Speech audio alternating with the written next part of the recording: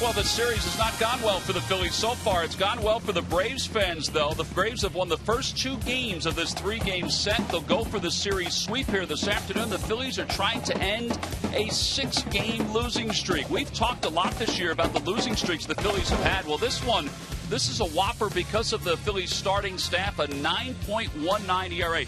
The offense is actually fine. They're averaging just under 5 runs per game. They're hitting .285, but again, the starters ERA, 9.19. Hi, everybody. I'm Tom McCarthy, joined by Matt Stairs. We get set to finish up this 3-game series, the first leg of this long road trip before the All-Star break.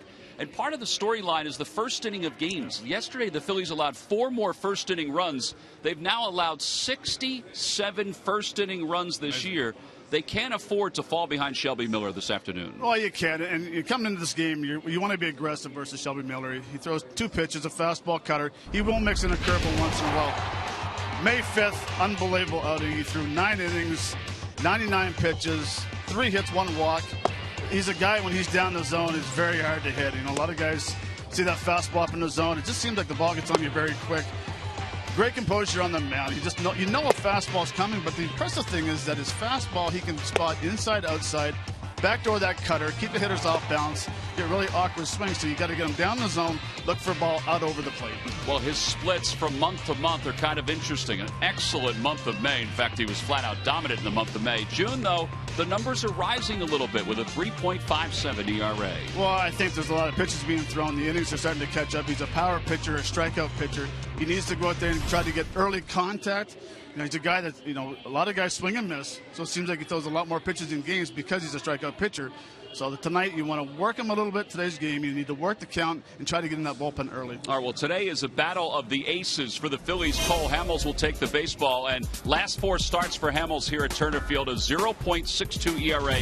The Phillies are 4-0 in those starts. Now, the last one he had here at Turner Field, it was a combined no-hitter.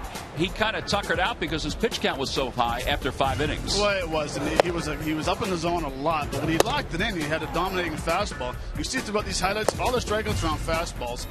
He did hit a walk because he threw well over 100 pitches in 6 innings. But he kept the team in it and have an opportunity to get a win. You can see right there, he's done. Ryan Sandberg saying, congratulations, you're done. We're going to the bullpen. Now Jake Diekman comes in. He struck out 2 hitters as well. Had very good command of that day. Hit a ground ball here. That wraps up the 7th inning.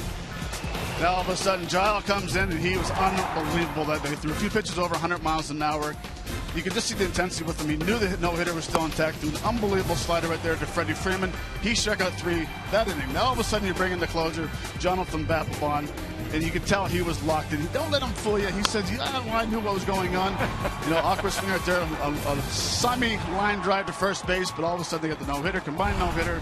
It was a great day. So even though Cole didn't have the great stuff, he still got you through 6 innings, and the bullpen took over. Oh, well, he's hoping his domination here at Turner Field against the Atlanta Braves will continue. This is his first outing of the season against the Braves. Yesterday, Cameron Maybin was a triple away from the cycle.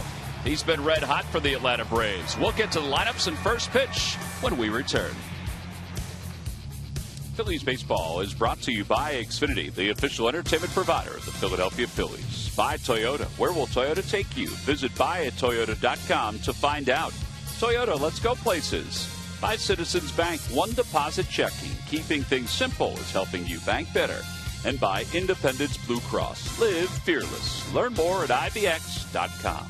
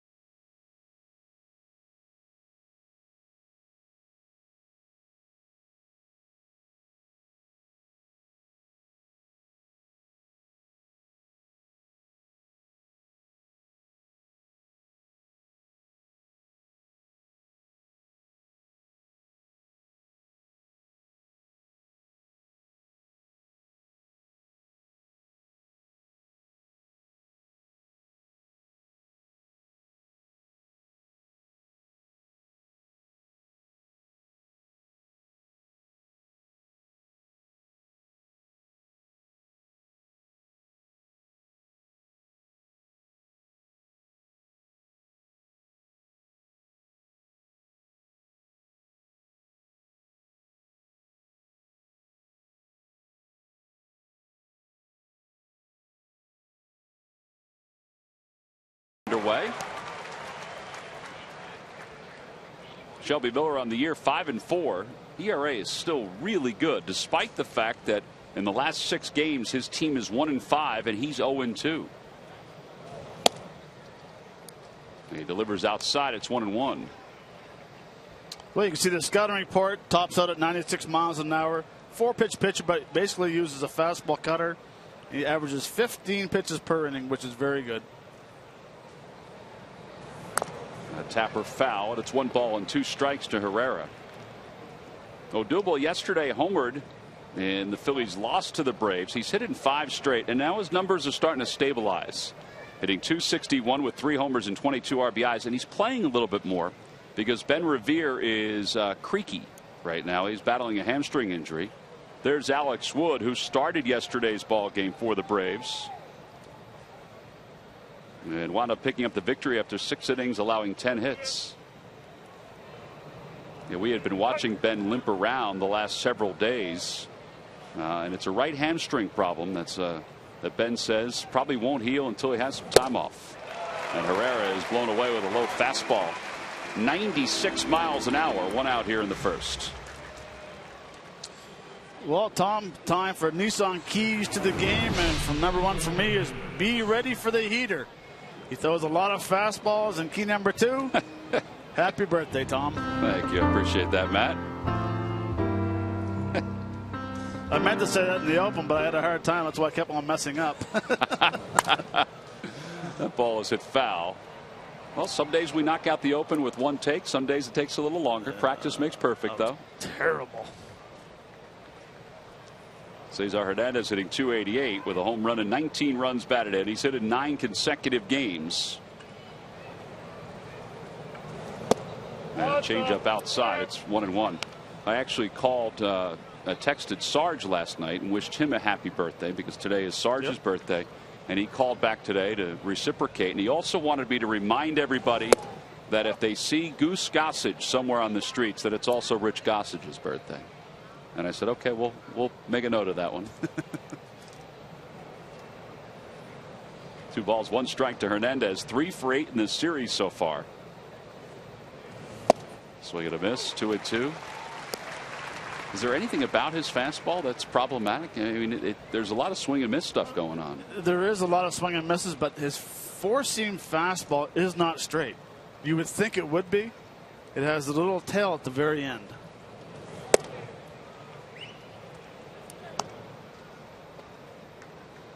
By the way, he threw Cesar Hernandez 2nd pitch changeup, which one tells you that Cesar is a good fastball hitter.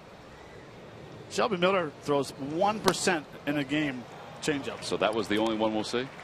Good chance. Well, no, Ryan Howard will see some. Oh, yeah. There's ball 4, and Hernandez is aboard with a 1-out walk.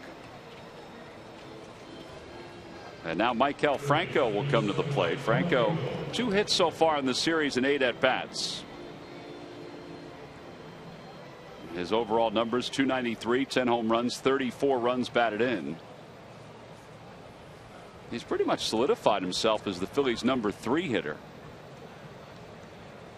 In fact, in this spot, he's hit .302. Pulls that one toward the hole, past the diving Siriaco into left field. 305 now. 305. Well, that's good to see, though. I mean, obviously, you put your best hitter in the 3 hole for a long time. That was Chase Utley, but obviously Chase was not having the year that everybody anticipated, then went down with the injury, and well, this guy is their best hitter. Well, he is their best hitter, and you can tell how good of a hitter he is by jumping all over the first pitch at 95 and hitting a base hit to left field. Usually you want to take a couple pitches, get the timing, see the arm slot from the pitcher. Maikel Franco says, no need to. Well, now it leaves Ryan Howard in an RBI situation with runners on 1st and 2nd. Now, yesterday in the 9-5 loss to the Braves, the Phillies in the first several innings had opportunities. In fact, they had the bases loaded and 1 out in the 3rd. They had scored a run earlier in the inning but couldn't score. They had a runner over at 3rd base in the 4th, couldn't score. They did get a 3-run home run from Ruff in the 5th inning, so that was a good thing. But they somehow have to capitalize on these opportunities.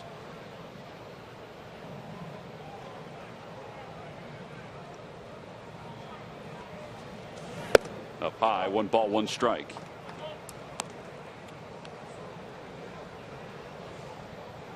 Yeah, it would be nice to see us turn the page and start getting some runs in the first inning instead of allowing them.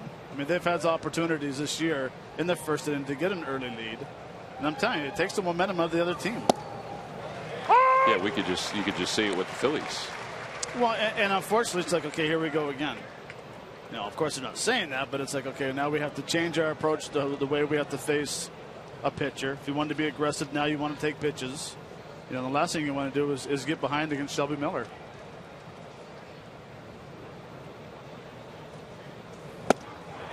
And Ryan Howard has struck out on a high fastball. Second strikeout for Miller.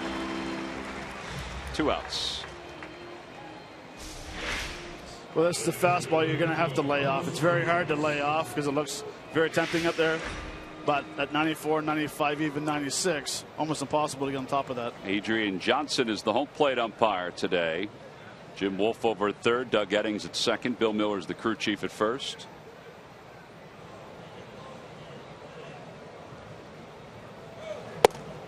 And Carlos takes a strike. It's 0-1.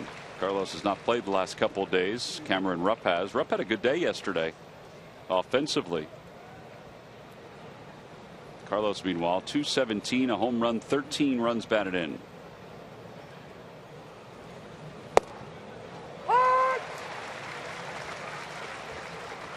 There's Cameron getting the day off today. It makes sense that Ruiz is catching Hamels. They are so used to each other.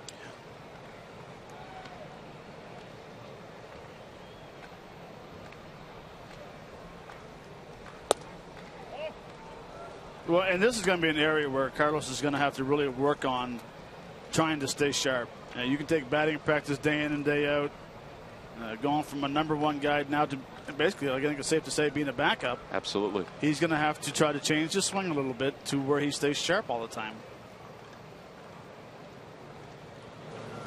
Fouls it back. You saw that Beverly Arrowis of Levittown is our participant in the McDonald's home run jackpot. Phillies hit a home run in today's ball game. Then Bev will win $200.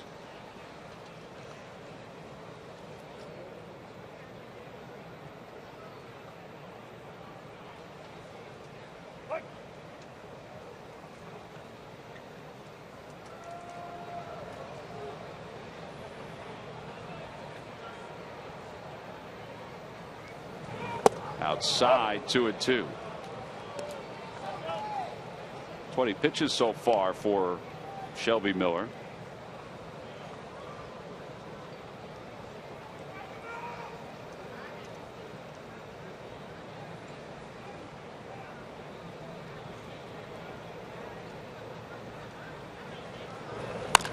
Cracks that one toward third. Siriaco knocks it down. It goes into foul territory. And that'll be a base hit for Ruiz. So the bases are loaded with 2 men down. Well, Siriaco at least saved a run in that one.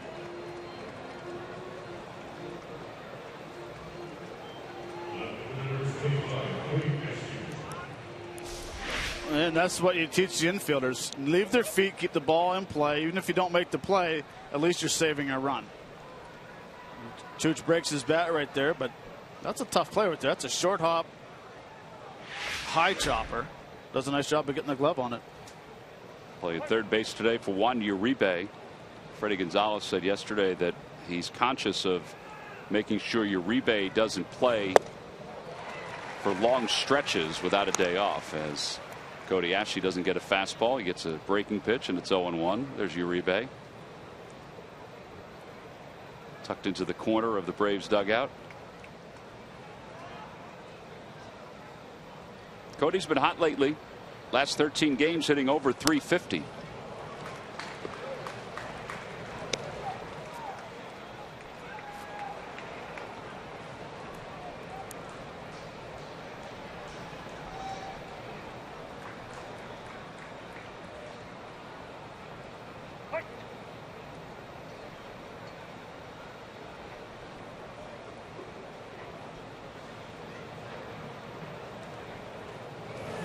Swing and a miss. He got him with a changeup.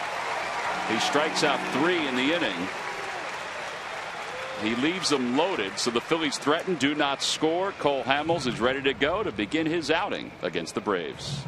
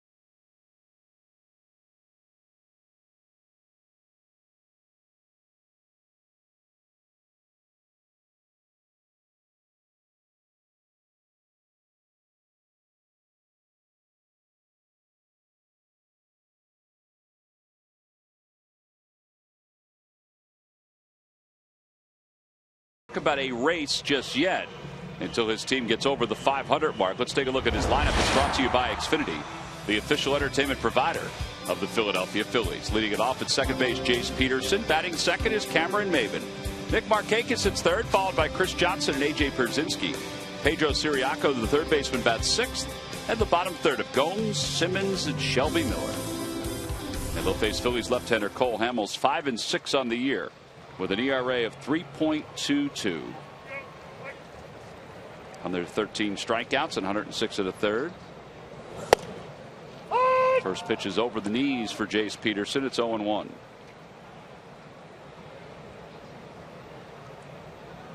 Peterson 1 for 8 in this series. 2 hits on this homestand. Yesterday he ended an 0 for 12 with the base hit in the first inning.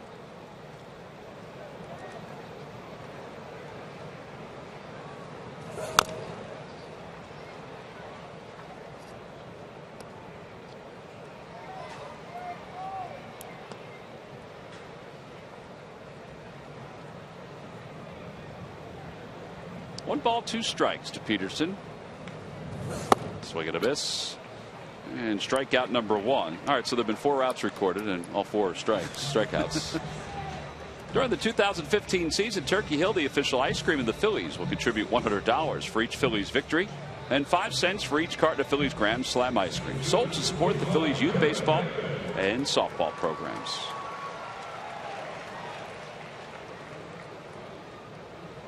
Well, this guy's starting to have a very good year. Yep. On base percentage .364, hitting .295. Yesterday a triple away from the cycle. I read a story last night after the game that on average during a Major League Baseball season there are 174 occasions, which I don't know who sat down and figured this out, where a hitter is a triple short of a cycle. Now that seems like a lot to me. Yeah, it seems like a ton. Inside, 2-1. That's the pitch right there that I'm hoping Cole can lock it in. Last few outings he's having a hard time throwing that cutter down in to right-handers. He's overthrowing it, bouncing it quite a bit.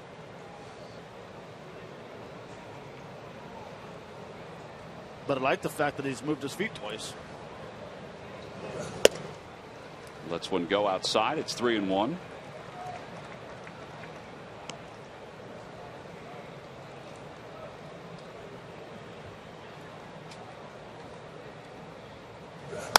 Chopper back toward the middle. He's got another base hit, so he's hitting 5 straight. It's a 1-out single for Cameron Maybin.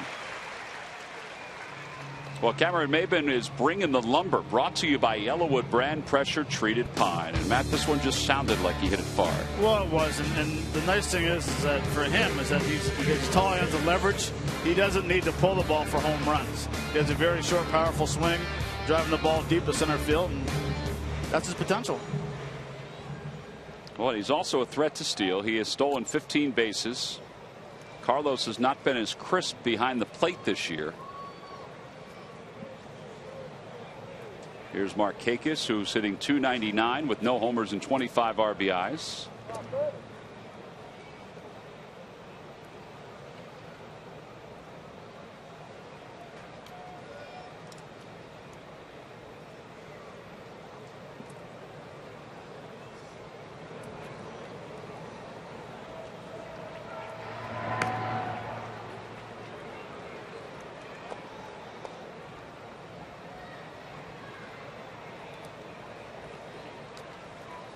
That's why Cole throws over an awful lot.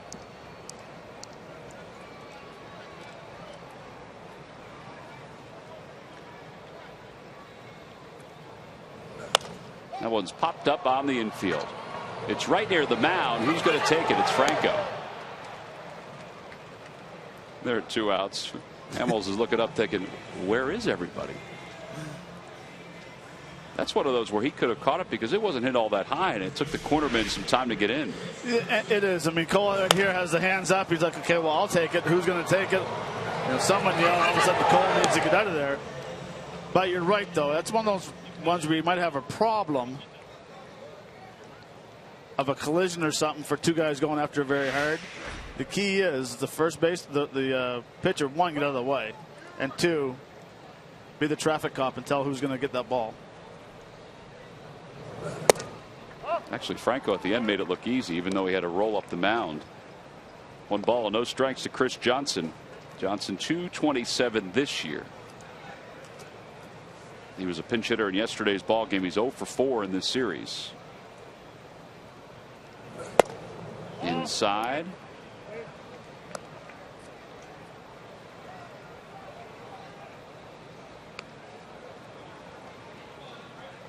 There are generally more conversations than not with Adrian Johnson, the home plate umpire, about strike zones. It's just some guys are that way. Cole wanted to know where that pitch was before, and so did Carlos Ruiz. They felt like it hit the inside part of the plate.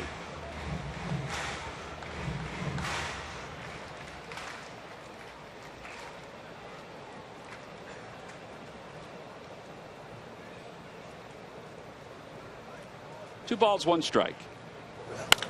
Ground ball foul, 2-2. Today's ball game is also available in Spanish. Just use the SAP button on your television or change the language through the menu on your cable box.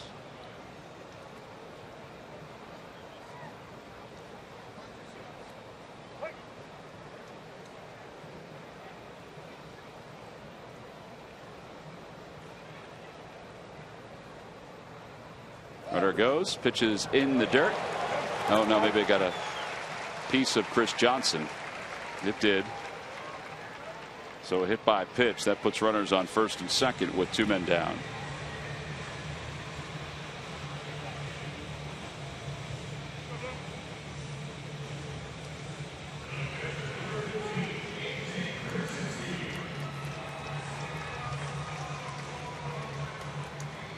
Well, I guess if you're going to get a hit, you might as well get hit by a curveball. Yeah, it was tough to tell. We were kind of shielded by the umpire and by Ruiz as to whether that hit him in the foot, but after a little bit of a delay, Adrian Johnson put his hands up. On the inside corner, 0-1. E.J. Brzezinski hitting .258, 5 home runs, 27 runs batted in. 38 years old, a .281 lifetime hitter. And the Braves are successful partly because of those numbers you just saw. A total difference from last year. They're at .291 with runners in scoring position this year. And they were at .236 last year with runners in scoring position. That's 55 points. It's amazing when you cut down your swing and put the ball in play more. Back toward the middle. Will that sneak through? Hernandez has it. Maben's off the third base bag. And did they get him? No. Maben was able to hop over the tag of Maikel Franco.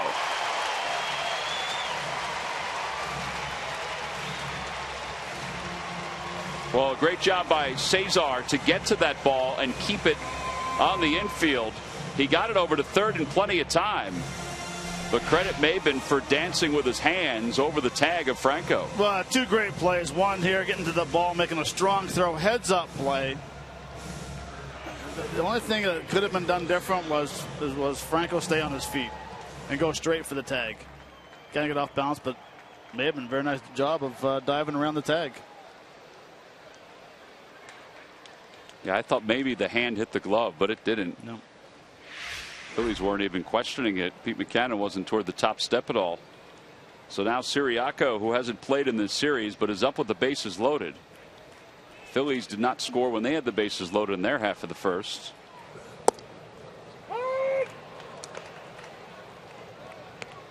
No 1-1 to Siriaco.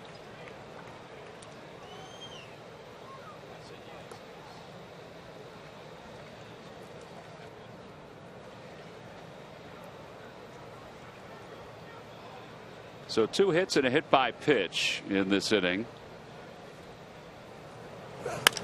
Fly ball center field. Odubel goes back a few strides, but he's under it, and that'll do it for the first. Well, Hamels leaves him loaded here in the first inning. We'll go to the second in a scoreless game.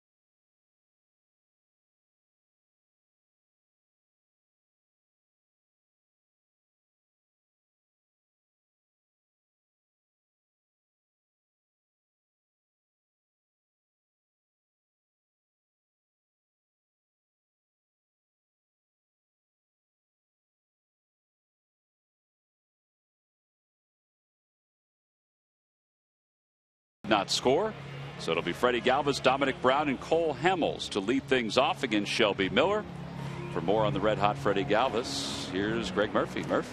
All right, thank you very much, Tom. Yep, Freddie Galvis has had kind of a roller coaster season when it comes to his offensive numbers. You remember he started off the season absolutely on fire and then hit a 6-week period where he really couldn't do much of anything up there at the plate. But he seems to have turned the corner, got himself out of that. He's in the middle of a 6-game hit streak right now. He has 11 hits in those last 6 games. And since the middle of June, when he started to turn things around, he hit 254 was the season low for his batting average. Since then, he's gone 21 for 60. That's a clip at 350 batting average. He's got a couple of extra base hits there as well. So he kind of got back to that approach that he had early from spring training, where he was trying to hit the ball on the ground and beat things out and make things happen that way. He's been able to do that. He switched his bat at one point in order to force himself to swing down on the ball. So it looks as though he has started to come out of that, and hopefully he can keep it going.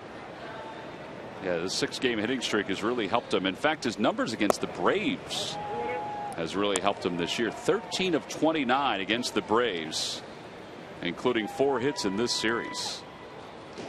You wonder, though, the way he's hitting and the way he struggled for some time. I wonder if they'll keep him down here in the 7 or 8 hole instead of moving him up to the 2 spots. You could keep him down here. Now maybe there's maybe feeling less pressure.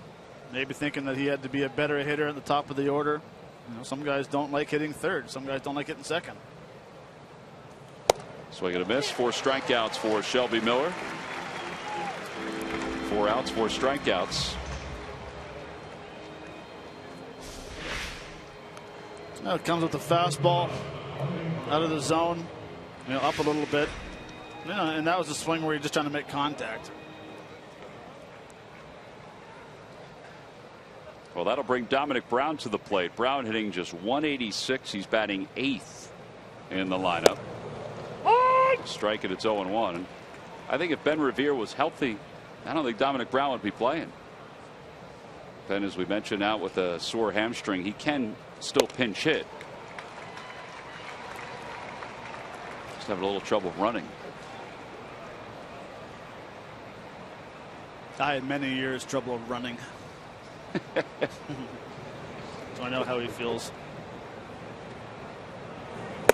Up high, and it's 1-2.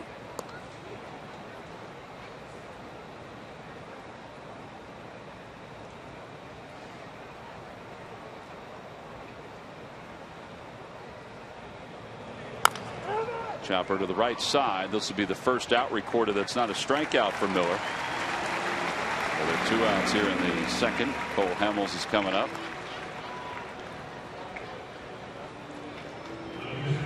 Now, I don't know if Dominic Brown will ever figure it out or get back to the month and a half or so of power that he had that led to the National League All-Star berth up in New York. He just does look like he's feeling for it right now and is not as athletic as I think they would like him to be. And I think there's with Dominic Brown, there's a few things he has to change. And I agree with you, Tom. Until he makes the changes, he's going to continue to hit weak ground balls, get jammed on fly balls. I mean, he's got 9 strikeouts on the year. That's it. So you can tell that he's worried about more making contact, keeping his hands inside the baseball.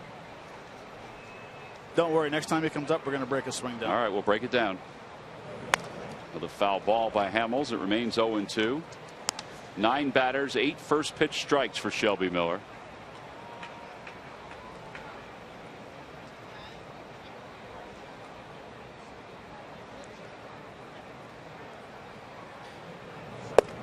And on the outside corner, 5 strikeouts for Miller.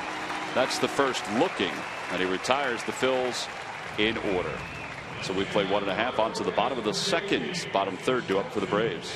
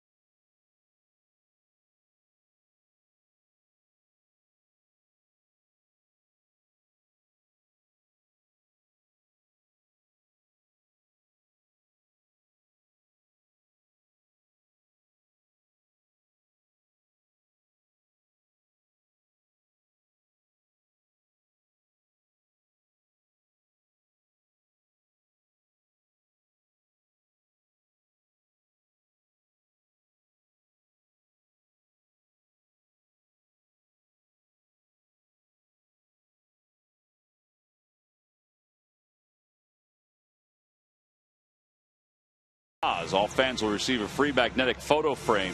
It's going to take place on Saturday, July 18th, when the Phillies take on the Miami Marlins. Photos of your favorite Phils can be taken from 5:40 until 6:10. Access to the field begins at 5:05. At any time, you can go to Phillies.com to purchase your tickets.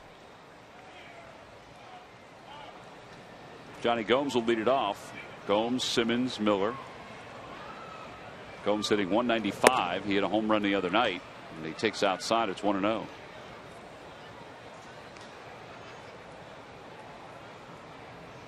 Said before yesterday's ball game that he jokingly said to Freddie Gonzalez, before the lineup was put up yesterday, he said, hey, just a reminder, I hit a home run in last night's game. But Freddie knows that Gomes knows his role. He knew he wasn't going to be in the lineup yesterday with the right-hander on the mound. 1 ball, 1 strike. And he takes inside 2-1.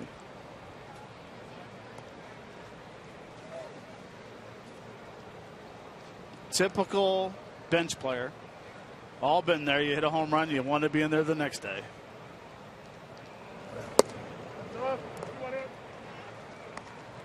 Freddie was saying yesterday that, guys, some of these veterans, they know their role. Brzezinski came in to be the backup, but he's basically the starter now. Gomes came in to be at a platoon in some ways out in the outfield and a guy off the bench.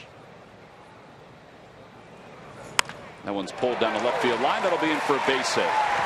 Cody Ashley cuts it off, and that'll hold Gomes to a single. 3rd hit for the Braves. And they have the leadoff batter aboard here in the 2nd.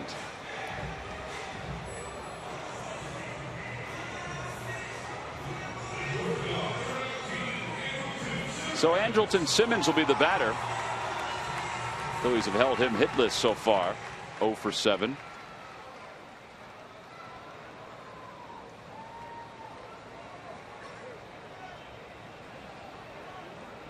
Kind of surprised they don't do more hit and runs with Simmons.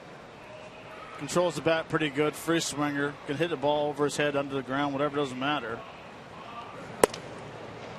Sometimes you need to get hitters in motion or runners in motion to help the hitters, because what happens is you just stop thinking too much. Situation, hit and run, just make contact. Doesn't matter where you hit it.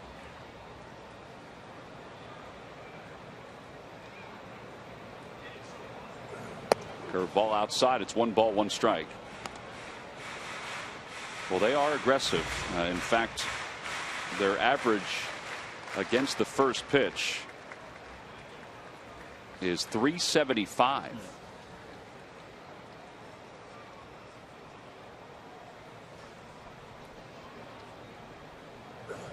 Swing and a miss. They throw behind the runner, and Gomes is out at first base. It's the 2nd time, I think, in the last week that Ruiz has thrown somebody out, picked somebody off first base by throwing behind the runner. Well, this is a tremendous throw. Quick feet, closes up, throws a strike, perfect tag. A lot of times with Ryan's been around for so long as well, there could be a little sign saying, hey, take a look down here. Nice to see Chooks get a base hit his first at bat and throw a runner out. Swing and a miss, and there are 2 outs. Boy, just like that, it kind of changes the inning.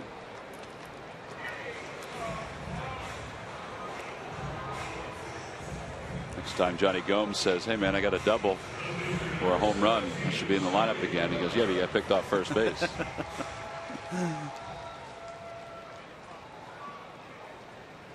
Shelby Miller, the hitter. Miller hitting 0-37.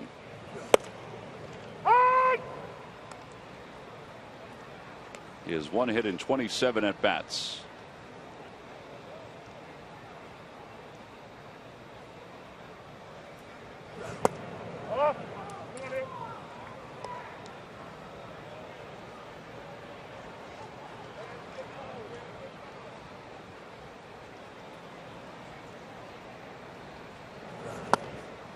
Not fooling around with him at all. No, he's not. That was a good changeup right there.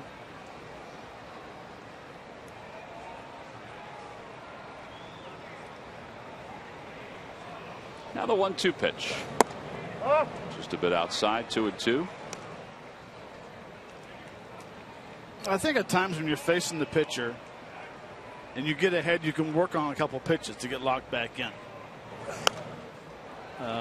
Cole hasn't had a very good changeup today so far, or a curveball, but he got ahead of Miller, and he all of a sudden decided to mix in a changeup, changeup, threw a backdoor curveball. Now he came back with a fastball. I like it. Even though the pitches go up, if you're still working on things to get locked into the next hitter and then the next hitter. Fly ball shallow right center field. Odubel goes back and then comes back in. And the side is retired. No runs, 1 hit, nobody left because of the pickoff. On to the 3rd inning. Top of the order due up for the Phils.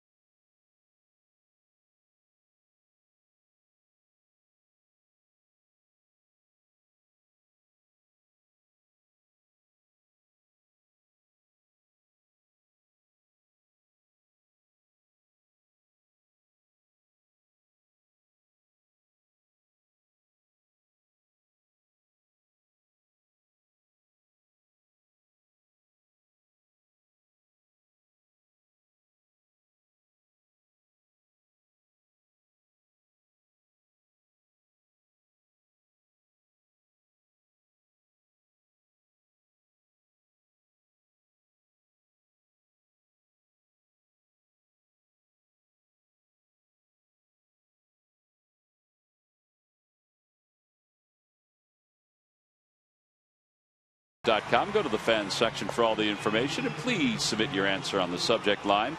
All right, Matt, here we go. Here's the question. Which 2 Braves won Gold Gloves in 2007? Which 2 Braves won Gold Gloves in 2007? Answer will be revealed a little later on in the game.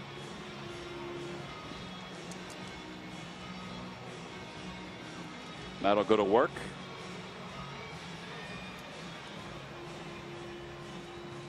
And so will Odubel Herrera.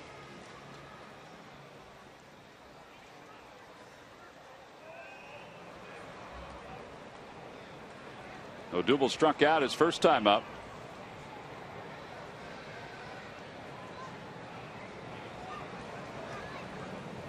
And he bunts toward 3rd. Again, the angle of the bat. He bunted well the other night, but the angle of the bat there was pointed toward foul territory, and that's exactly where the ball went. So one, he's leaving the batter's box too early. So the bat stays. Laying a bunt down, you don't have to worry about getting out of the batter's box quick. You just need it for location where you're going to put the ball down. Stay there, then open up the hits and take off. Yeah, because the way Siriaco's playing at 3rd, now he'll move back. Herrera's speed is such that that half step is, if he gets the bunt down up the 3rd base line, he's going to beat it out. Yeah, the only way when you leave the batter's box like he just did there 2 pitches ago is if you're going to drag the bunt towards second base and bring it with you, because that way you have to get the barrel out in front of home plate. Here's the 0-2 pitch. That one's lifted in the air, foul territory, 3rd base side. Siriaco and Simmons. And there's one away. Start your morning with the most important show of the day. Fuel your fandom and catch the latest buzz about Phillies sports. Wake up with Bob. That's Breakfast on Broad, Monday morning from 6 until 8 on the Comcast Network.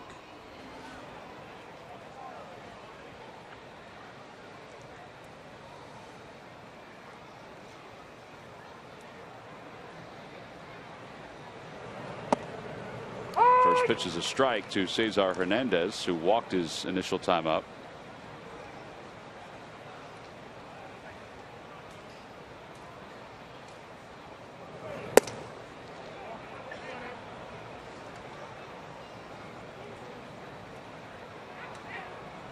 By the way, tomorrow on Breakfast on Broad, John Feinstein will be on to talk about the Women's World Cup and NBA free agency.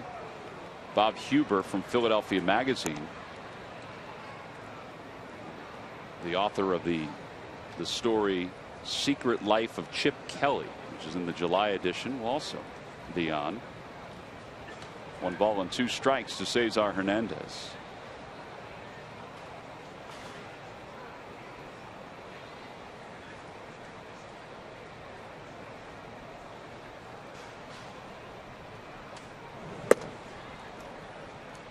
Pete McCannon is very excited about the evolution of Cesar Hernandez. I thought one of his comments that were interesting the other day when we were talking to him is that he does think there needs to be some polish on his game. And quite honestly, he's talking about just the base running mistakes more than anything else. I asked Pete, I said, will that get better? He said, absolutely it will get better. He said, but let's face it, Cesar's not alone in this. He said guys that are playing the game now, young players, as that one's lined into center field for a base hit, it's a 10-game hitting streak.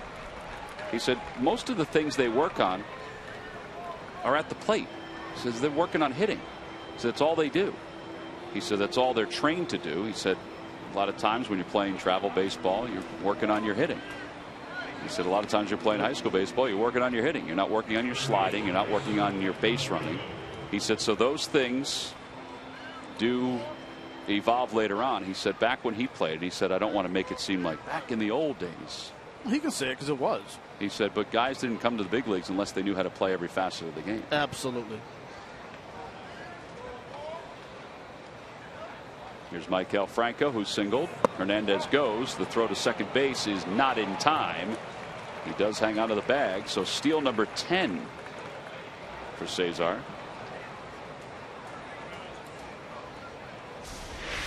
Well, he's done his homework. The big thing about Cesar, he doesn't have huge leads, but his first step is unbelievable. He gets very good jumps, good reads. 7 stolen bases in his last 9 games now.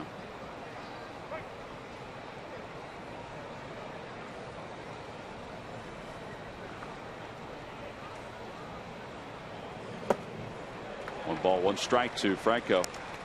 And right there is a case in point with what Pete was saying, where he was saying that yes, he will get better. He said take a look at his stolen bases. 161 games, he had 4 stolen bases.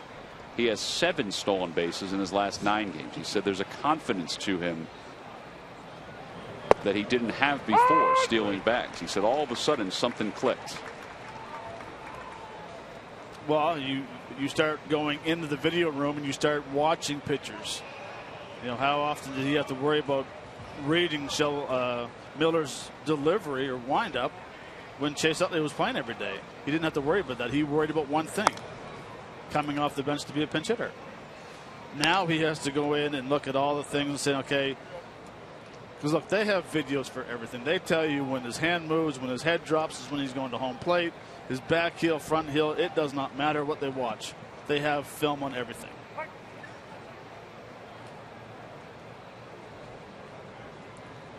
I guess it's called video now, isn't it? I think it might be. Back in the old days. 1-2 pitch. Swing and a miss. He went after a high heater. 6 strikeouts for Miller.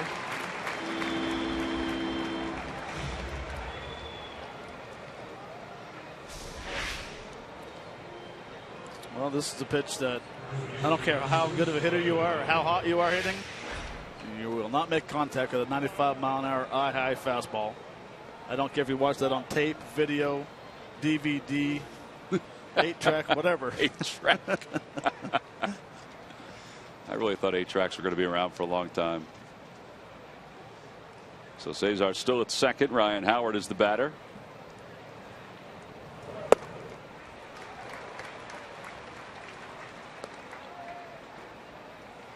Phillies now 0 for 3 with runners in scoring position in this game.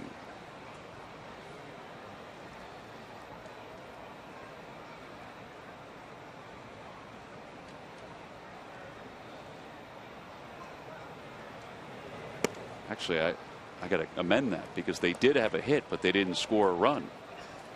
That was back in the first. It was the infield hit. Yeah.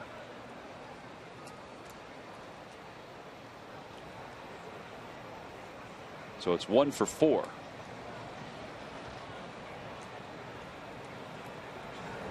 That one's pulled, and it's caught by Chris Johnson. Hit hard by Ryan Howard. But right at Johnson playing back at first, and the side is retired. No runs, 1 hit, and 1 man left for the Phillies.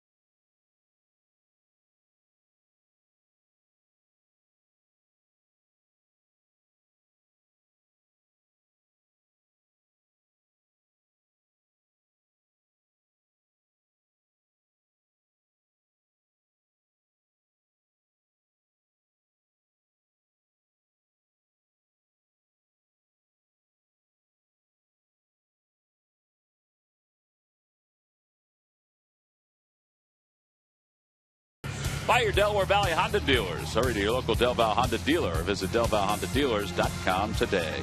And by the Pennsylvania Lottery. Benefits older Pennsylvanians every day. Bottom of the 3rd.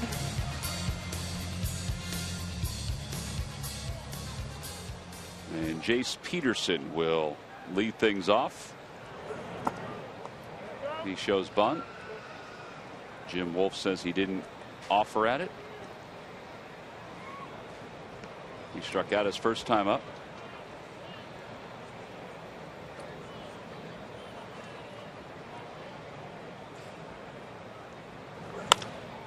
That one might sneak through. It does. Single to right for Peterson.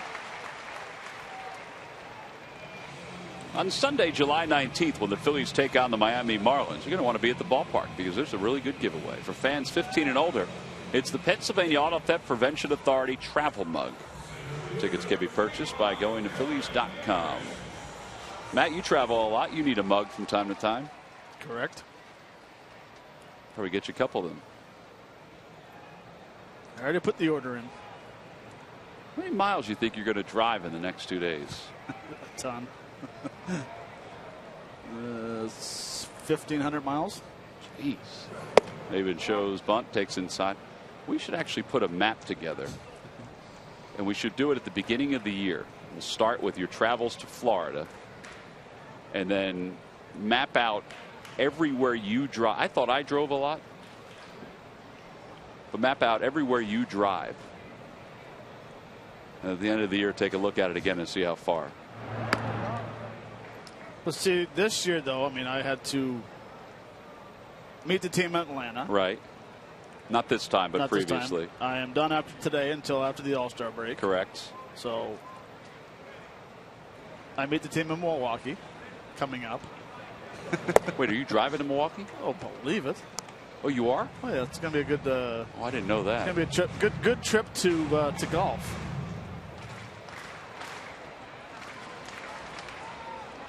All right, so today you're going to take the rental car, the family credenza, and drive that to Philadelphia. Correct. Have we told the rental company that you're driving the car to Philadelphia? I don't know if they know that or not. Okay. Going to stop in Philadelphia, pick up your pickup, and then drive that to New Brunswick, not New Jersey. New Brunswick, Canada. Canada.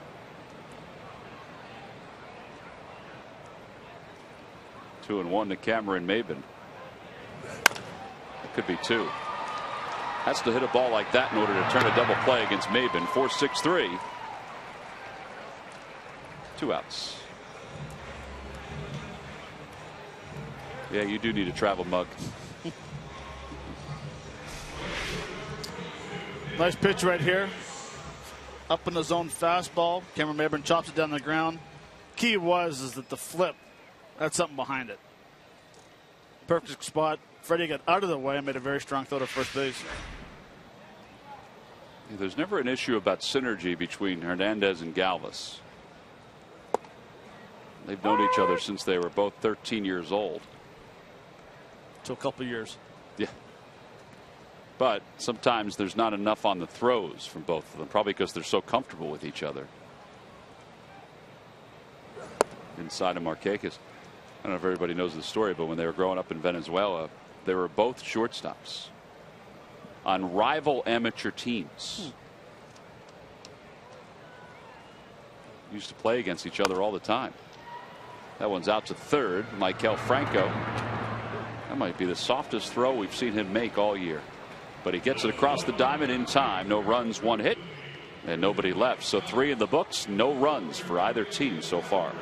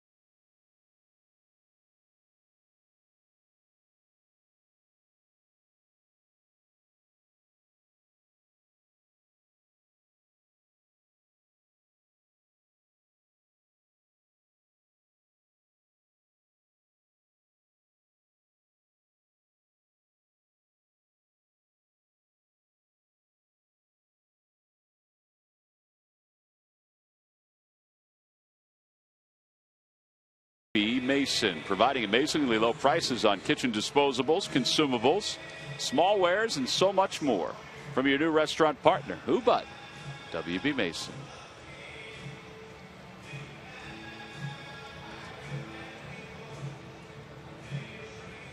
Carlos Ruiz, Cody Ashe, and Freddie Galvis to start things off. Some Phillies fans in attendance here today and for this weekend series.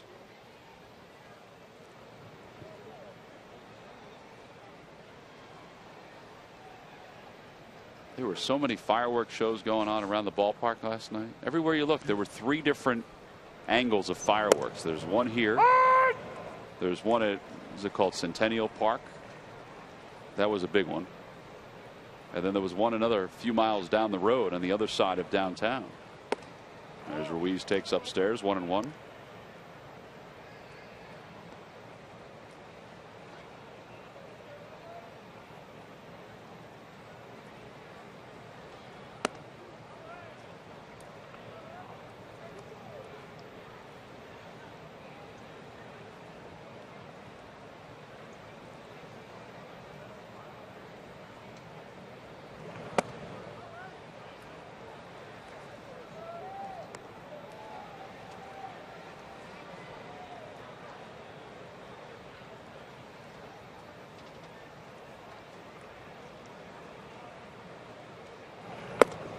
There's ball 4. It's the second walk issued by Shelby Miller. That'll bring Cody Ashe to the plate. Well, Murph, Shelby Miller knew you were going to talk about his free passes, so he decided to give you something to talk about. Yeah, that was quite a segue. Thank you, Shelby. You know, we've been watching Shelby Miller over the last couple of seasons, and you know, when he was in St. Louis, we certainly knew that he was going to be something special. Was third in the Rookie of the Year voting back in 2013, and really has continued to get better. You take a look at what he's done this year in terms of those walks. His walks are down almost 1 full walk per 9 innings, and that is a big number for a starting pitcher when you stop to think about it. He does not walk a lot of guys, and one of the big reasons is because he's been able to improve his cutter. You see that he throws it for a lot more strikes nowadays, and that has been a big thing. Matt, you talked about it at the beginning of the program today. 91% of his pitches are either fastballs or cutters, so the location, it's all about location for him. He's throwing it for a lot more strikes and getting guys to do just that, pop them up in the infield and get easy outs, because that's what he needs in order to continue to improve as a pitcher. He was roughed up a little bit in his last start, but for the most part, he has been exactly what the Atlanta Braves were hoping he would be when they traded for him this past December, guys. Well, 13 of 15 first pitch strikes for Shelby Miller so far in this ball game. That'll help you cut down on walks if you can throw strike one. It does. I'm a firm believer if a pitcher has a good cutter and a good fastball, that's all he needs to throw. And that's the reason why you're seeing him throw it just shy of 92%.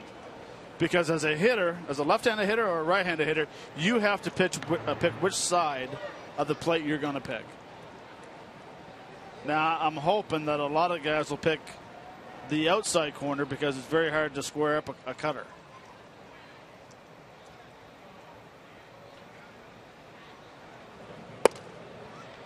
On the inside corner, 1 ball, 1 strike.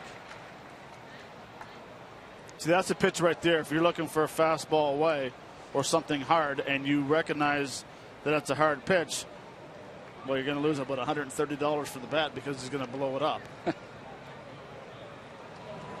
That one's pulled through the right side, a base hit for Galvis. 7-game hitting streak for Freddie Galvis. And the Phils now with runners on first and second with 1 man down. Well, that'll bring Dominic Brown to the plate. All right, Matt, you promised that we were going to break Dominic Brown down. All right, and with Dominic Brown, it all has to do with the bat angle in his stance. His first at bat, you can see the bat, it's pretty much at a 90-degree angle straight up. The hands are the most important thing because it causes your hips to fly open. As we roll this tape right here, you watch his hands go straight back. Now all of a sudden his front hip leaves automatically. What he needs to do. Well, that's what you're talking about too, soft ground balls like that. Right. And even though his at bat's over with Cole's coming up, I'm going to explain with his bat angle. So if you have a bat angle and as a left-handed hitter, and I want to try to drive the ball to right field, doesn't matter where it is. See how my hand's straight up? Yes. If you take your bat and go drop it this way, as soon as you drop, your hip goes with it. You're swinging uphill, and your front hip flies open quick. So what you need to do is, as you go back into the power position, that bat needs to go at a 45-degree angle because then it becomes a chop down to the ball. It comes like this way, and I stay up tall. But if all of a sudden, if I drop this way, all of a sudden, my shoulders go with it, my hips fly open, that's why you're swinging underneath. That's why it's an uphill swing. Well, and it's also, I mean, correct me if I'm wrong, there's no load at all with that. Right, and that's the biggest thing. And I'll use the pencil. This is the angle. That's how big that bat looks like right now. But that's the angle, and if all of a sudden if I drop this way, he has to go back and get his hands separated to a point. Now, a lot of guys are worried about keeping their hands inside the baseball, and it looks like to the point where they're trying to hit that nice, easy swing and trying to make that contact. You can swing as hard as you want, and that's why I referred to having reference to having 9 strikeouts, right? Because his swing is more of a contact swing. Batting practice, he absolutely launches. He does everywhere.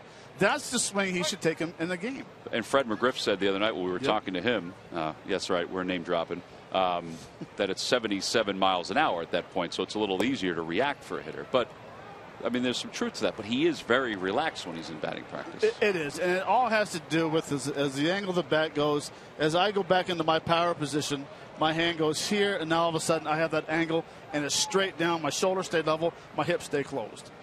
That's what he needs to do, is get that bat angle a little flatter. And a way of doing that is opening up your stance a little bit and relaxing your upper body. A lot of people think that, I have perfect position of my shoulders. You'd be surprised how many hitters hit with tense shoulders, which means you're gripping the bat too tight, and the bat goes straight back where he needs to go. So the biggest thing he needs to do is take a huge breath before the pitch, relax his shoulders because his hands will stay in the exact same spot. Well, there's a pop-up behind second. Peterson grabs it out of the air. Phillies continue to struggle with runners in scoring position in this game. They leave 2 more in scoring position, and we're still scoreless.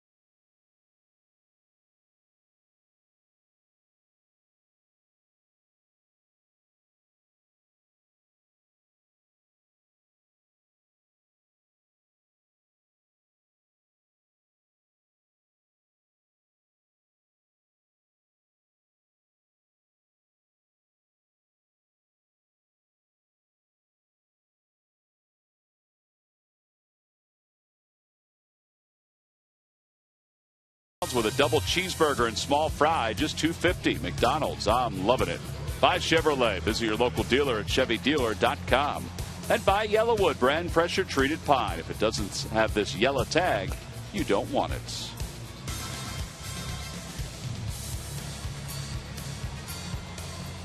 Bottom of the 4th inning, scoreless game. Chris Johnson will lead things off for the Braves.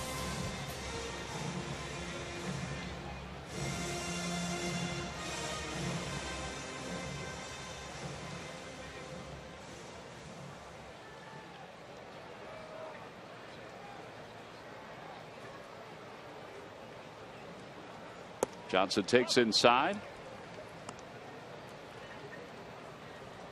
Johnson was hit by a pitch his first time up.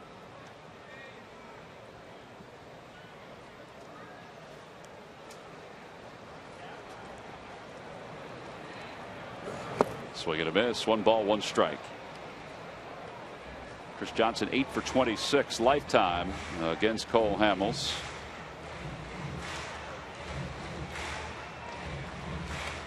Phillies have left 6 so far. They're 1 for 7 with runners in scoring position. The Braves have left 3 so far.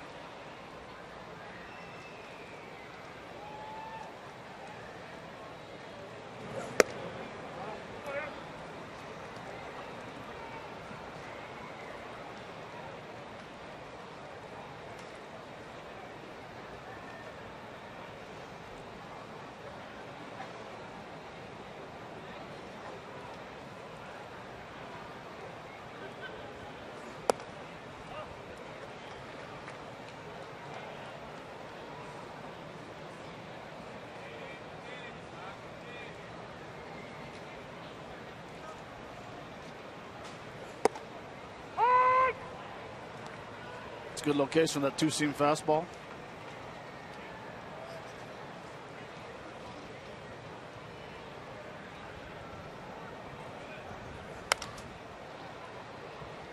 Johnson stays alive. It remains 3-2. It'll be Johnson, Pierzynski, and Siriaco against Cole Hamels. Here's Pierzynski.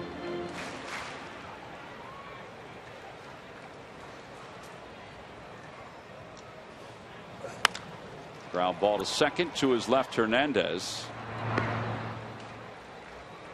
And 1 out here in the 4th. Time now for our cold hard fact, brought to you by Frost Brewed Coors Lights.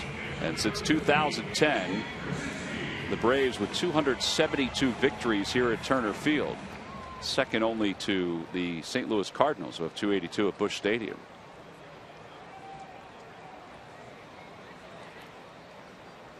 During that time, they've been to the postseason 3 times: 2010, 2012, and 2013. Brzezinski stands in, takes outside, 1-0.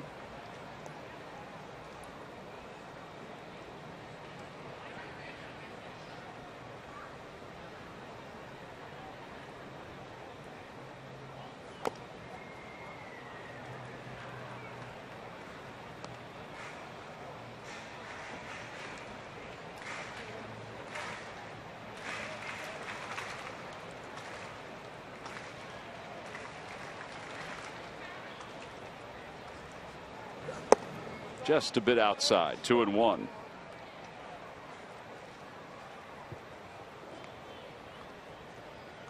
Hamels last year against the Braves was 2-1. His earned run average in 4 games was 0.96. He had 29 strikeouts in 28 innings of work.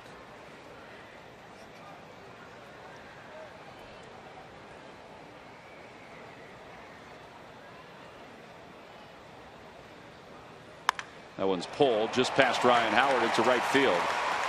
Dominic Brown will play it off the wall, and Brzezinski pulls into second with his 13th double of the year. So he's 2 for 2 today.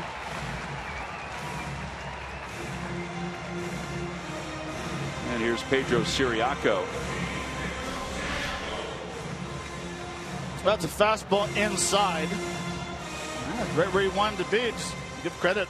Very quick hands. Getting the barrel through the zone and driving it to right field. Freddie Gonzalez was saying yesterday he's totally surprised with the success that Brzezinski's having as a full-time catcher. Said he somehow has found the fountain of youth this year. And he said he's been tremendous with his pitchers. He's had 11 different players make their major league debut. And he said he thinks that Brzezinski has caught 7 or 8 of them this year. Well, it would be nice to have a young pitcher, a rookie making his major league debut, when you're throwing to a 14-year veteran. Yeah. Whistler's one of them. Makes your job a little easier. He said, you know, we know what his reputation was coming in to this season. He said, but when he's on your team, he's your guy.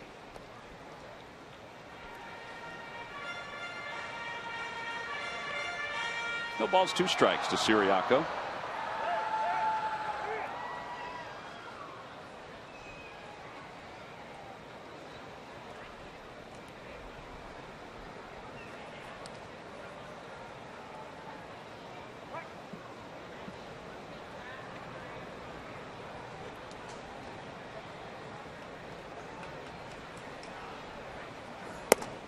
Got him with a high fastball, 92 on that one. That's the 3rd strikeout for Hamels.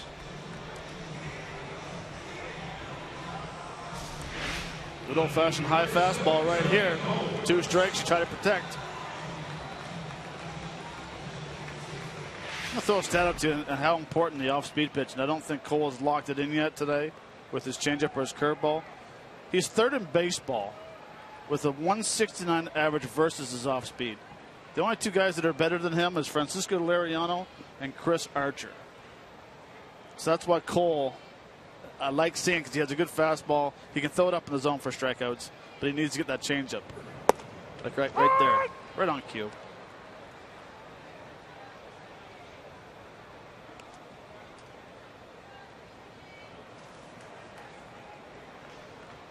Some people that think that Archer's in the mix to be the starter in the All-Star game. Mm-hmm.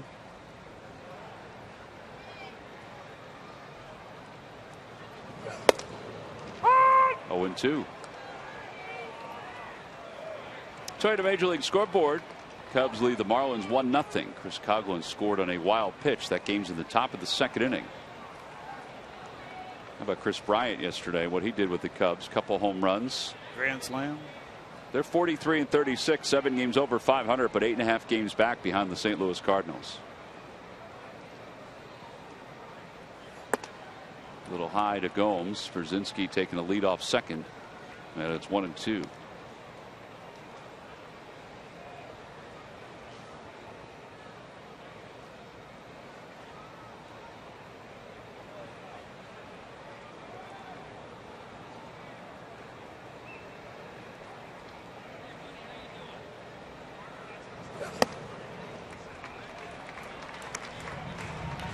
But right now they are the last place team in the wild card. Yeah.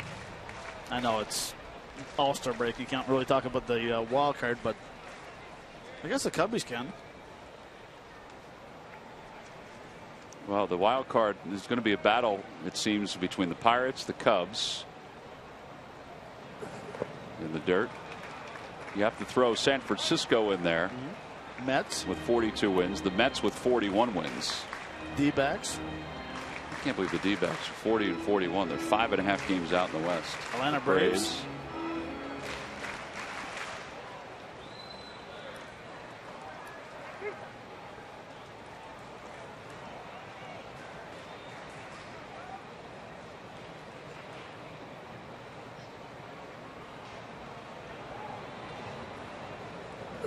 Got him. Threw him a curveball. 4 strikeouts for Hamels. Back-to-back Ks here in the 4th. No runs, 1 hit, 1 man left in scoring position. So the two teams have combined for just 2 hits with runners in scoring position. That's because both pitchers, Miller for the Braves, Hamels for the Phillies, are dealing.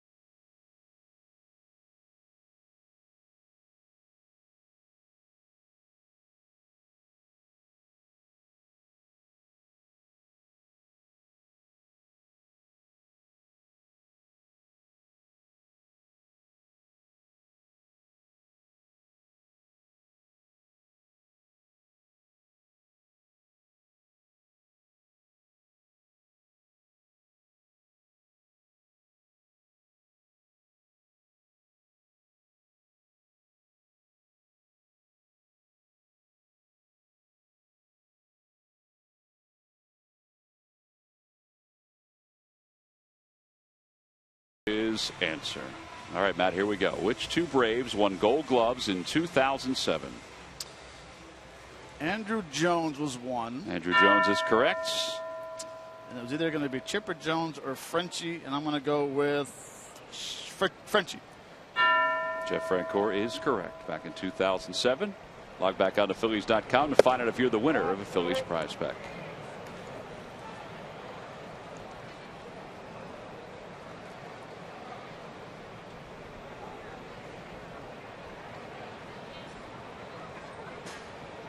Odubel's 0 for 2. He is struck out and popped out.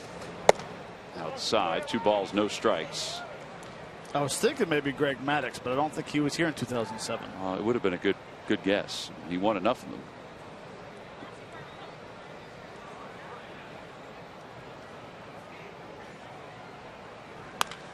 Out toward the alley in left center field. Maven's not going to get it. It's going to go to the wall on 1 hop. And Odubel Herrera speeds into second with a stand-up double. And the storyline continues. A runner in scoring position for the Phils. Just like the home run last night. Nice early leg kick, foot down early. Recognized where the pitch was. Last night was a fast one side. This time was a fastball away and driving it to Xfinity in left center. Well, that double for Odubel, his 17th. He's not relinquishing the top spot among rookies in that category. See what Cesar does here with nobody out. He's going to bunt.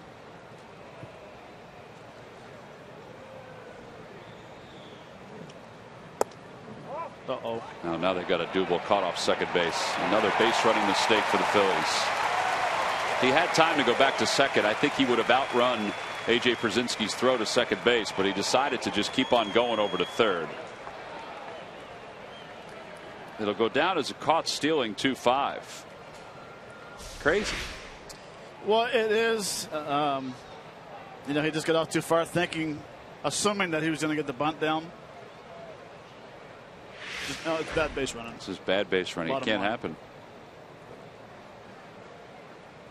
Things like that do happen in the game, but they've been happening on the base paths more often for the Phillies this year, and it's accentuated even more when you only have 27 wins. And a liner out toward left. Gomes will play it on a hop.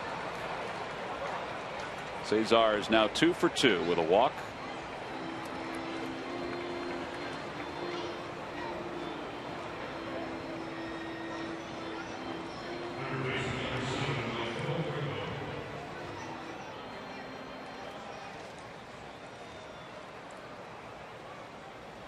Maikel Franco singled his first time up, struck out his last time.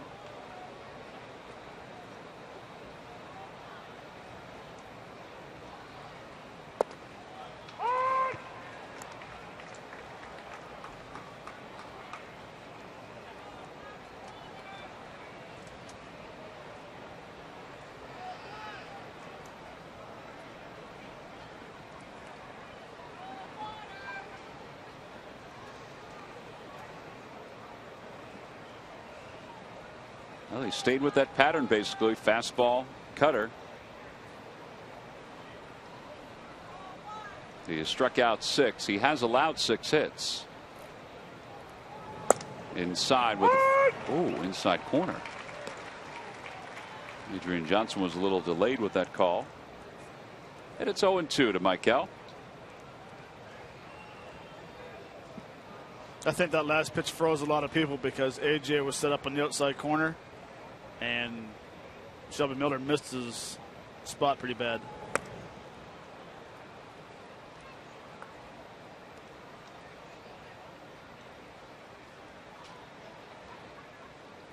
The one thing about Shelby Miller is that he's been averaging 94 on the year. He's sticking right around there. He's made 79 pitches so far, 80 coming, and he's thrown a few pitches over 95, but really he's been sticking right around 94 miles an hour. 87 with that cutter. Yeah, he was a little hot in the first inning. That's when you and I were talking in the break that I think it was 1 or 2 that was 96, 97.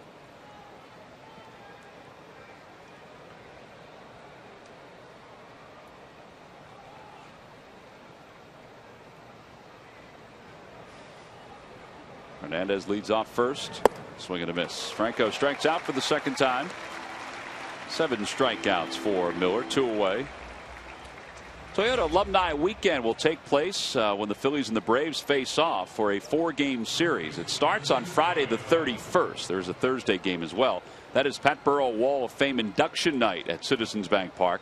On Saturday, August 1st is Phillies Alumni Night, and then Sunday the 2nd, a Phillies Wall of Fame Fathead, free to all fans. Tickets can be purchased for that series by going to Phillies.com.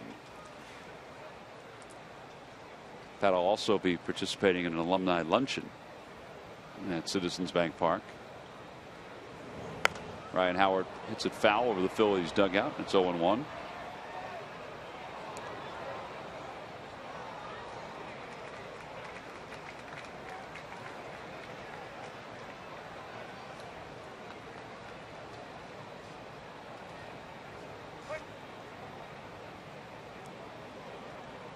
Ryan's due, isn't he? He's due. Especially against these guys. He's 0 for 6 in this series. Murph talked about it during the opener of this series. 50 career home runs.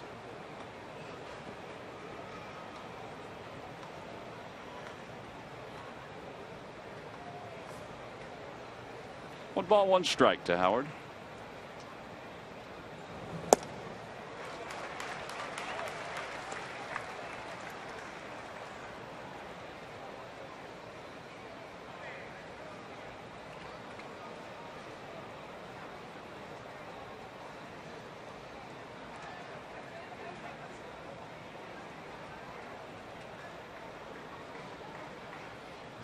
throws over. Chance that Hernandez goes with the count 1-2.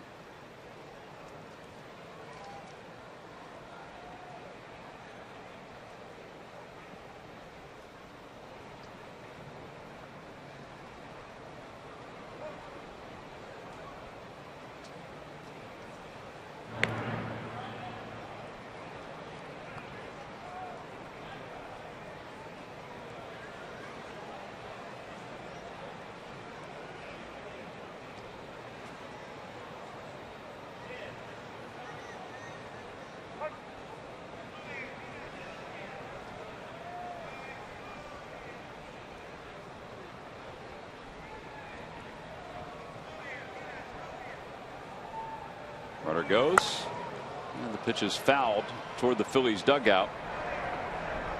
And Simmons gives it a look, but it's out of play. So Cesar goes back to first.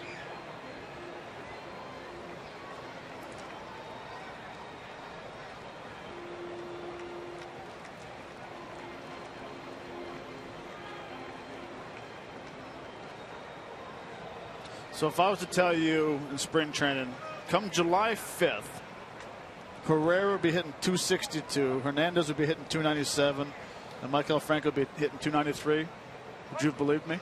No, I would not have. I don't think I would have believed any of the three, and only because of what we saw in spring training from Franco. Right. We knew he had it in him, but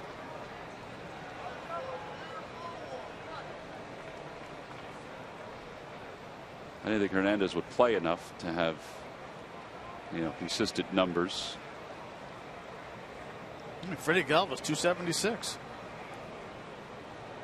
2-2 pitch coming to Howard. Fouls it back to the screen. Heads up.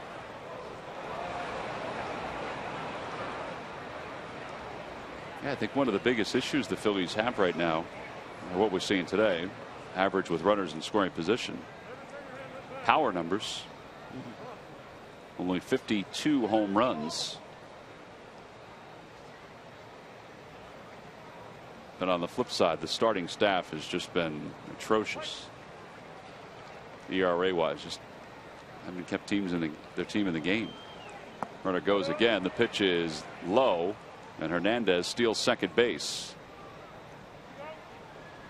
They appeal the swing. Jim Wolf says he didn't go.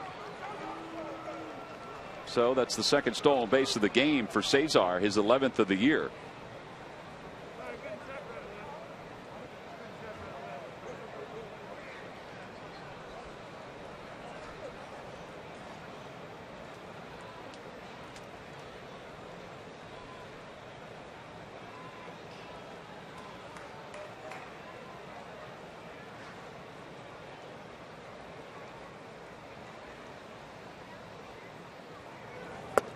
He got him.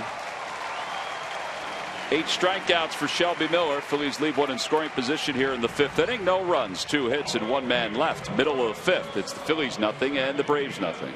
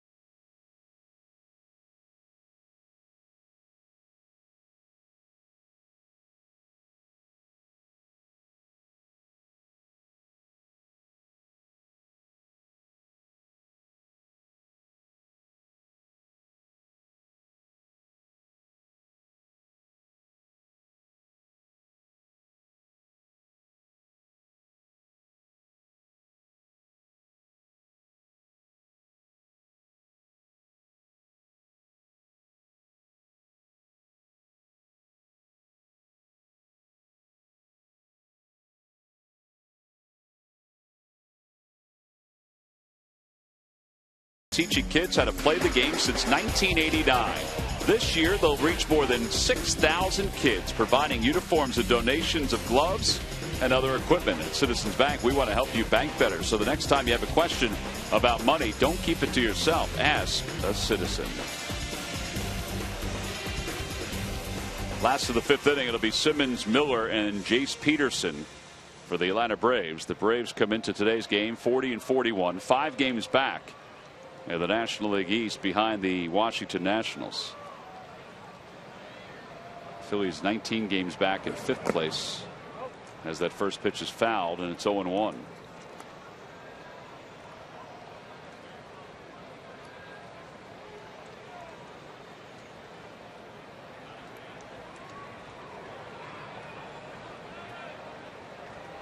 Four strikeouts for Hamels so far, 5 hits allowed.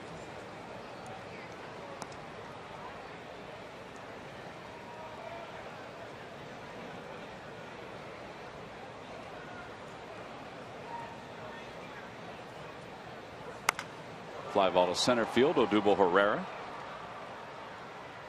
comes in a few steps and 1 out. That'll bring Shelby Miller to the plate.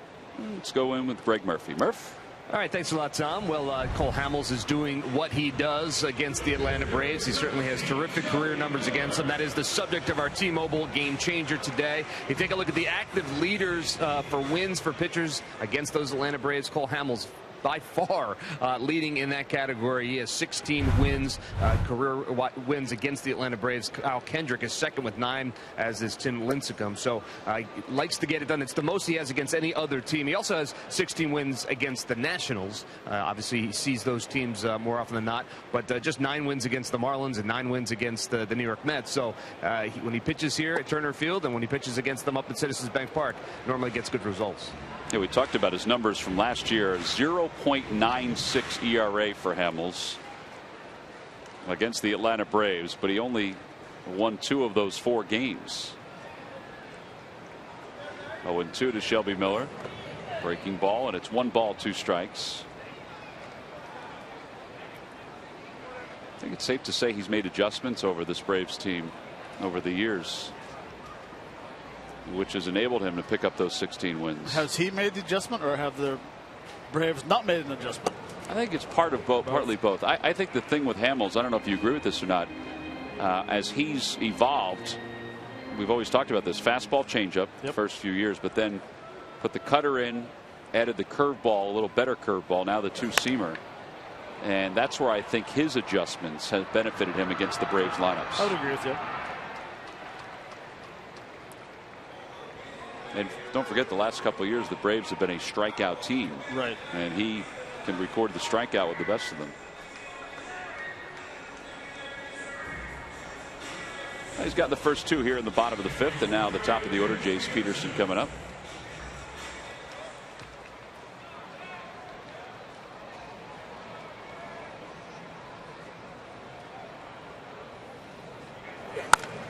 Fly ball to center field. Herrera was playing that direction and now moves over a few steps and in. So that's a 9-pitch inning for Cole Hamels. Sets them down in order. And we have completed our first 5 here in Atlanta.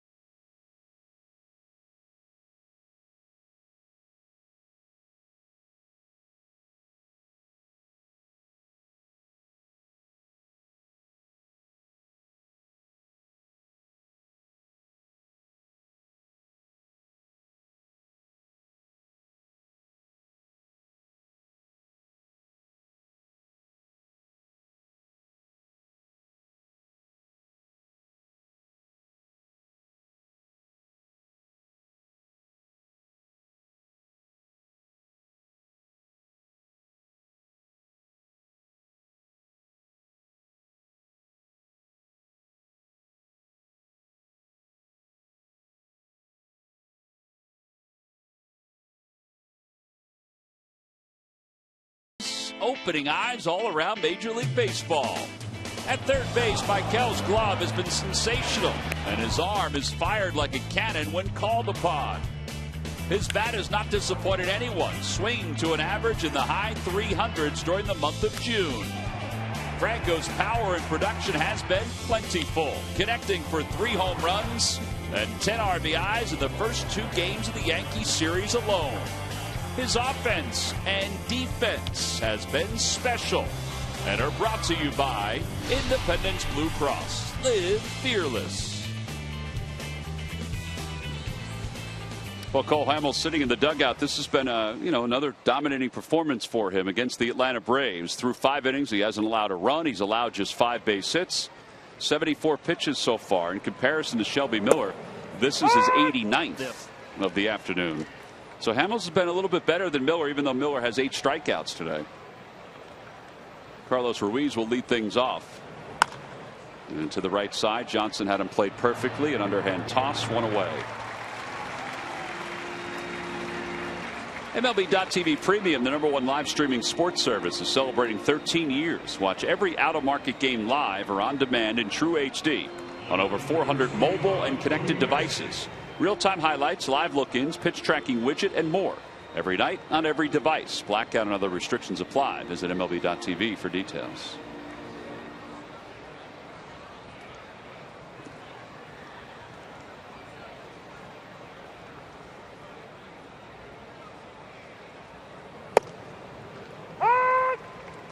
As she's 0 for 2.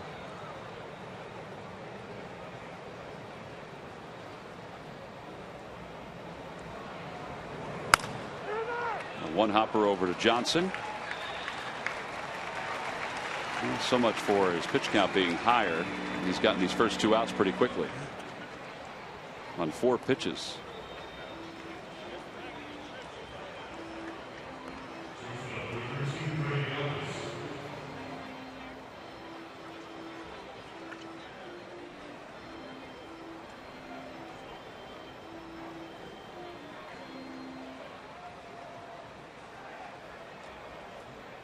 Freddie Galvis is 1 for 2. He singled his first time up. He's hit now in 7 consecutive games, 5 hits in 9 at bats in this series.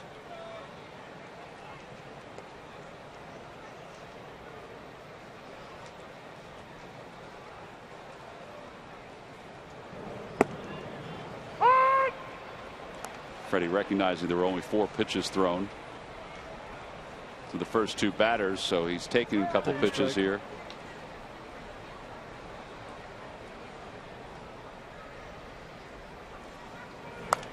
And he fouls it back. It's 1-2. Oh, nice play off the ricochet.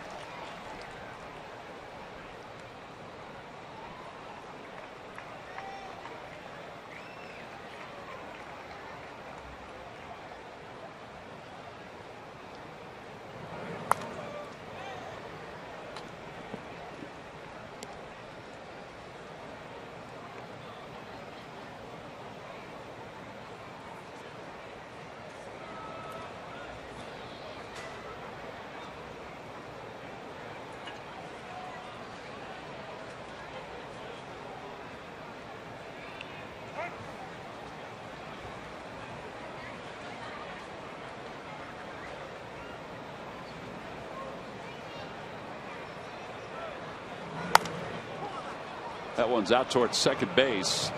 Simmons, the shortstop, is under it. And the Phillies go down 1-2-3 in their half of the 6th inning. For Shelby Miller, it's just his second 1-2-3 inning of the day. We have completed 5.5 here at Turner Field.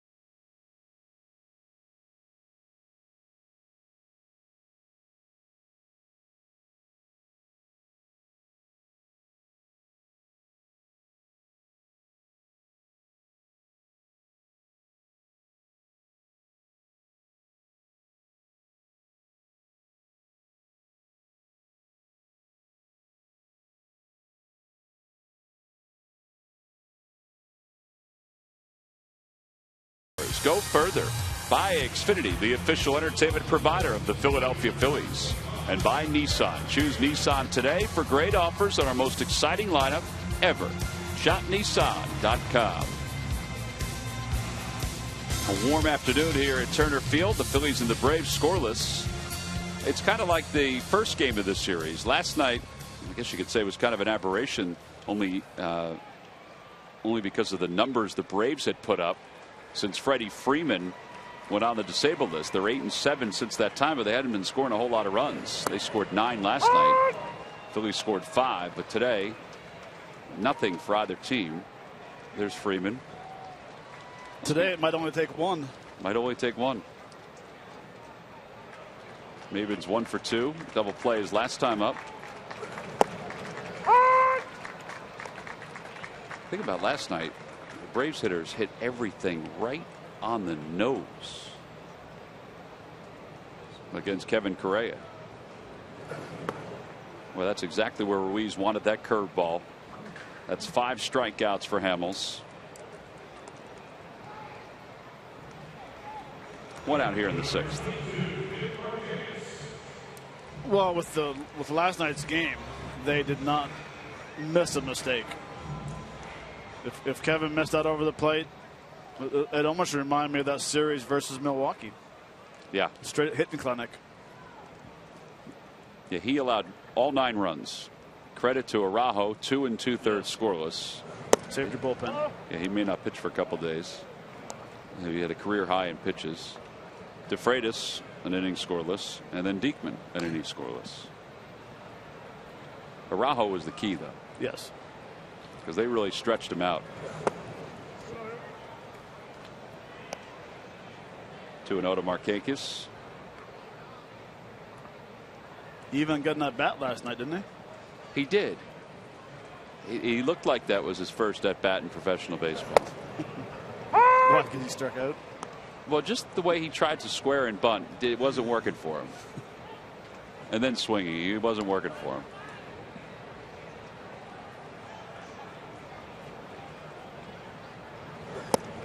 Two and 2.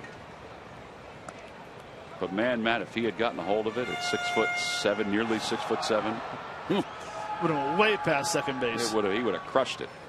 Yeah, right past second base. 2-2 pitch.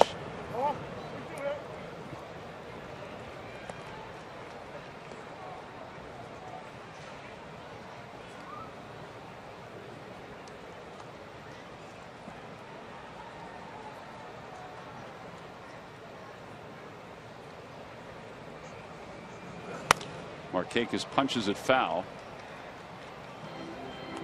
6-3 ball counts for Hamels.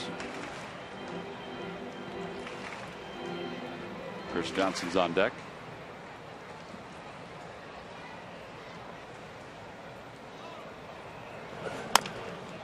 Cesar charges. 2 outs. Chris Johnson is the batter. Let's check in with Greg Murphy. Murph. All right, thanks, guys. Well, the Phillies are making a little bit of news today. They have acquired the #1 overall international signing slot for the 2015-16 signing period, which started on July 2nd. They got that from Arizona in exchange for 2 players, Chris Oliver, a right-handed pitcher, and Josh Taylor, a lefty, and the #9 overall signing slot, which is where the Phillies were originally. What does that all mean? Well, it simply means that the Phillies now have more money that they can use to sign players during this international signing period. Arizona was at the top of about $5.5 million that they can spend in terms of signing some of these players. And if you go over that number, if you go over your number, each team is slotted. So the Phils were slotted 9, which is about $3 million. If you go over that number, then you get charged a luxury tax, a 100% tax over for every dollar that you go over that number. So they basically added about $2.5 more million that they can use to spend on signing some of these young international players. So you know, you give up a couple of guys in your system and you get a little bit more money to go after some guys that maybe you have your eye on in the international market. Yeah, both guys are single-A guys. Both were part of Lakewood's starting rotation at the beginning of this baseball season.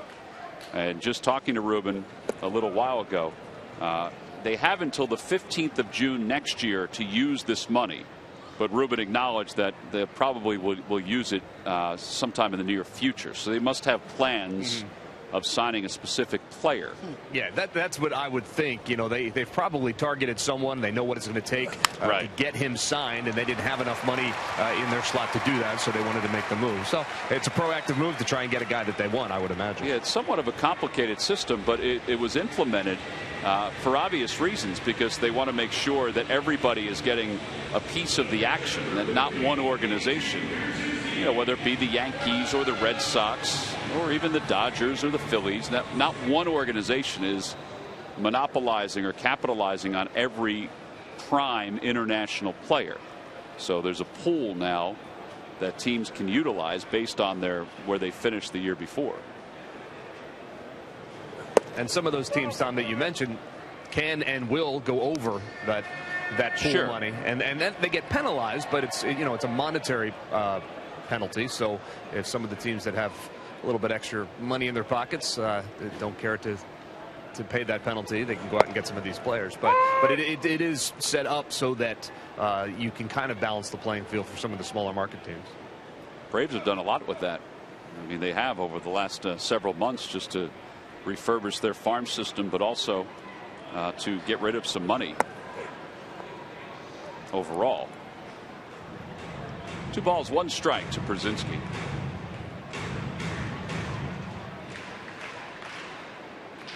Brzezinski's 2 for 2, an infield hit and a double. Runner goes. They've got him picked. Howard can't get out of his glove, though, and Johnson's safe at second.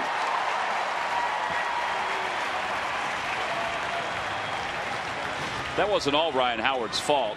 Johnson really did get a good jump and just kept on going on first move, and you know, Cole continued sort of slowly over to first base. Yeah, Cole came up slower. He recognized he got lucky with it wasn't a balk. Ryan Howard got that other glove pretty good. Cole Hamels didn't have nothing on the throw going to first base. That may have caused Ryan to lean forward and have that, you know, be a tick or two off. Right. So now 2-1 to Brzezinski. Fouls it away, 2-2.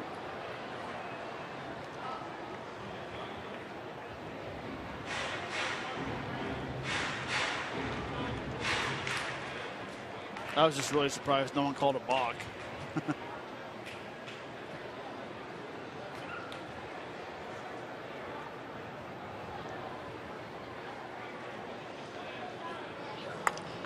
th pitch of the inning for Hamels.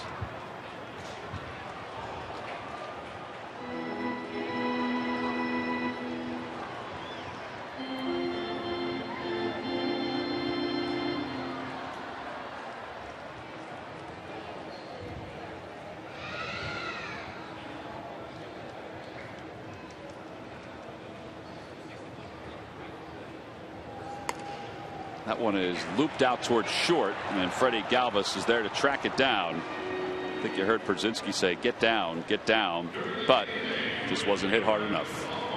On to the 7th, scoreless game.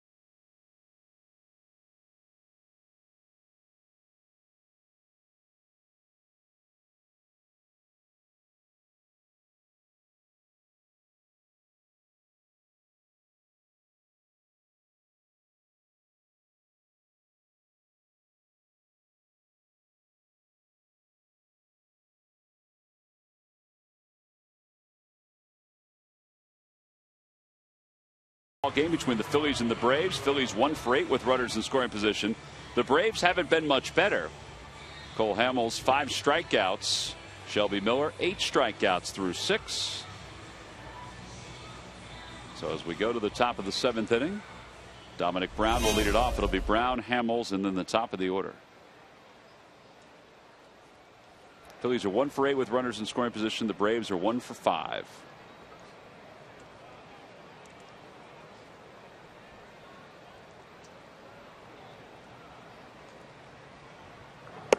Dominic Brown takes outside, 1-0.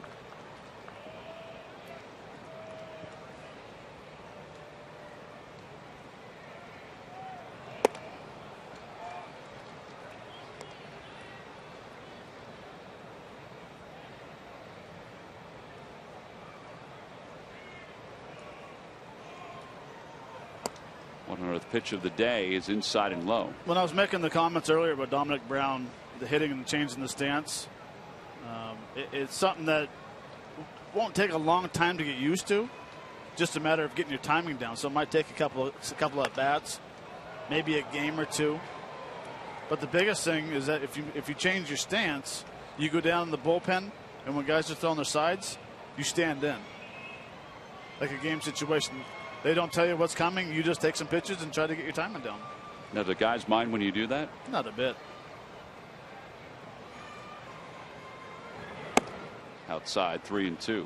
They mind if you take a couple of swings. Well, yeah, in the bullpen that would be harmful. Oh, I did once. Did you really? Oh, yeah. Up in Toronto. Who was it against? Probably the best swing I took all year, too. That one's lined into right field, so it'll drop for a base hit for Dominic Brown. Leadoff single here in the 7th. Time now for our GMC precision plays of the game. We got a little pitcher's duel going on here today, Matt. Yeah, I think we're going to see a lot of strikeouts here. It's Hamels with a good cutter, and right back at you with a good cutter. And then Hamels comes up with a good fastball, elevated. Shelby Miller comes with a elevated fastball.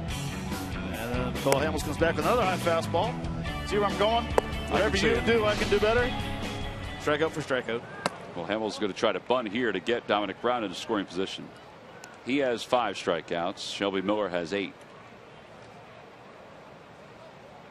Hamels has 3 sack bunts this year.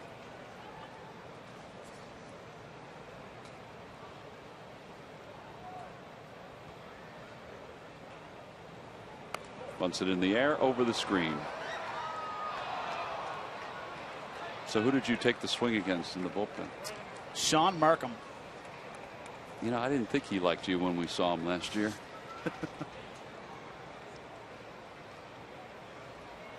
He knew it was coming at one time. It was a bullpen coach, and the guy throwing catching batting practice had no idea. Ball is bunted back toward the mound. Miller's throw to second. How did he get him?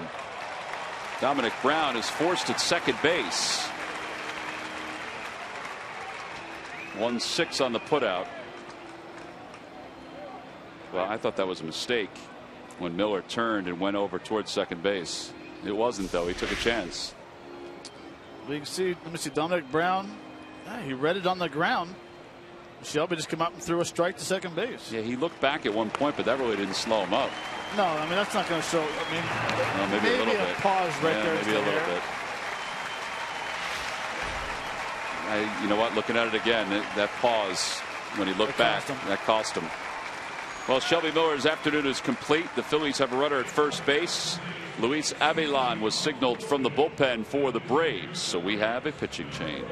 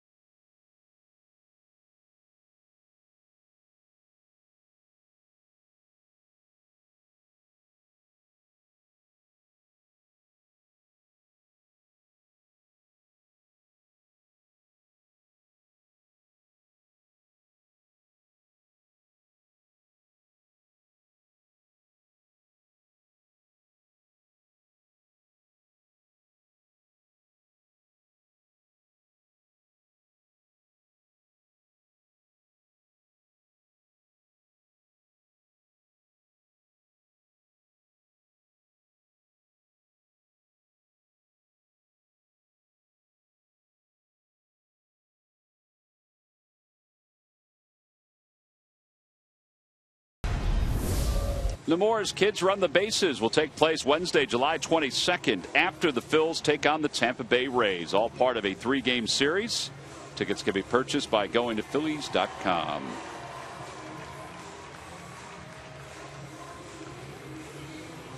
Well, pitching change here at Turner Field. Luis Avilan will be the new pitcher. He'll be on to face Odubel Herrera. Cole Hamels is over at first base, as Shelby Miller, who is now winless in his last 9 starts, goes to the bench after 6 1/3. See Avilan's numbers: 2-2, a 3.13 ERA, 26 strikeouts in 31 2/3.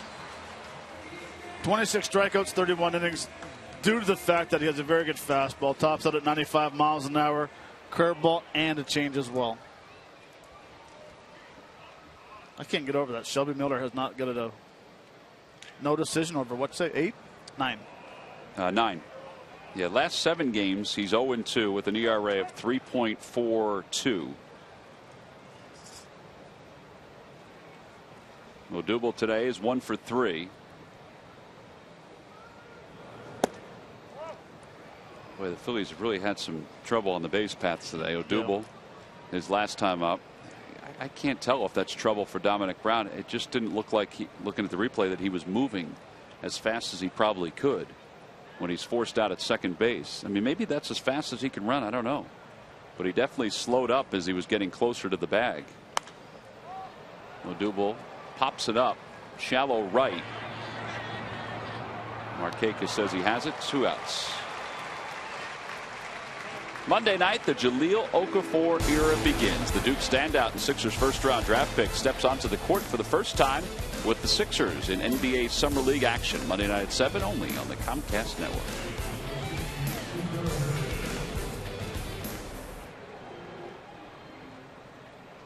Here's Cesar Hernandez, who is 2 for 2 with a walk, batting right-handed now against the lefty Avilan.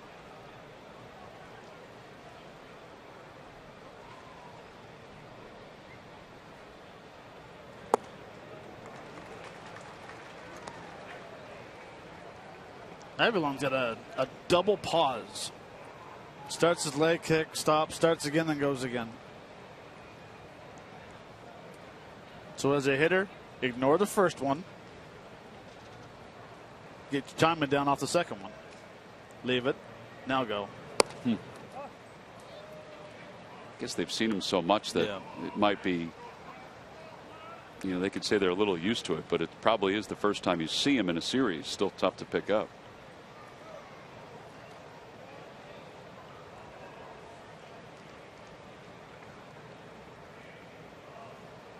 One ball, 1 strike. From an off-speed pitch, and it's 1-2.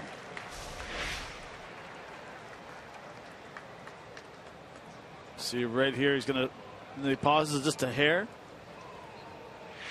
Then he throws you a changeup, so he speeds you up with his delivery. Now you're out front. That's why he just did with Cesar Hernandez. Threw him a really good changeup. Another one.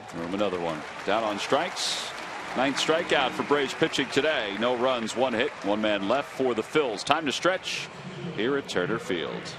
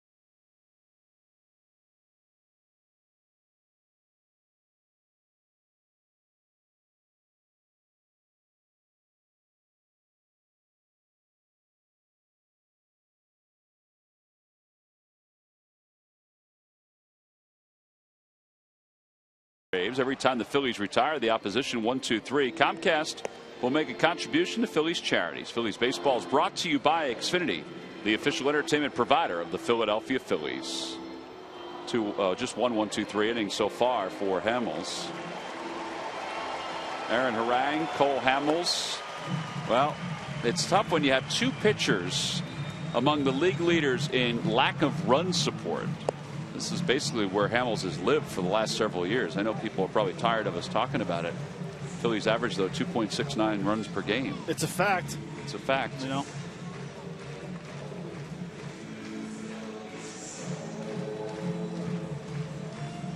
The pitches that Hamels has thrown today. The two-seam fastball is the one that you see at, what would you say, Matt, 91, 92 miles an hour? Correct. The four-seamer's 94. Yep. Changeup is about 84. And anytime you see something in the 70s, that's his curveball. Yep. Cutter is about 89, maybe 88, depending on, the batter.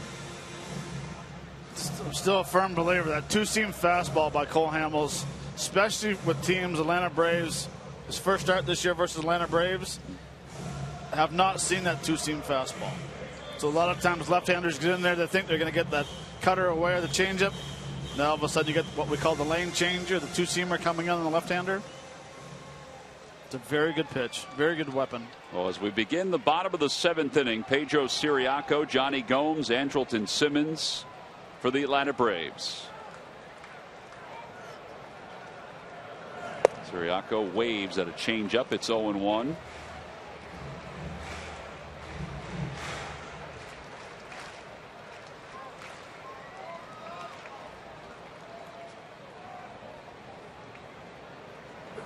Curveball, and it's 0-2.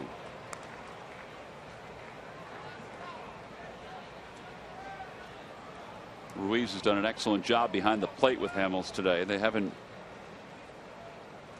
shaken each other off as Carlos takes that foul ball. They haven't shaken each other off at all.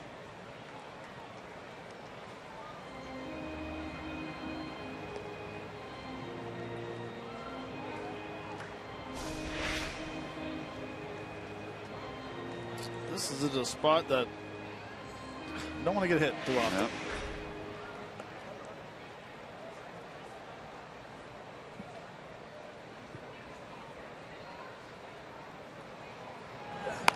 Off the hands, so one hopper out toward Hernandez. He's got to hurry.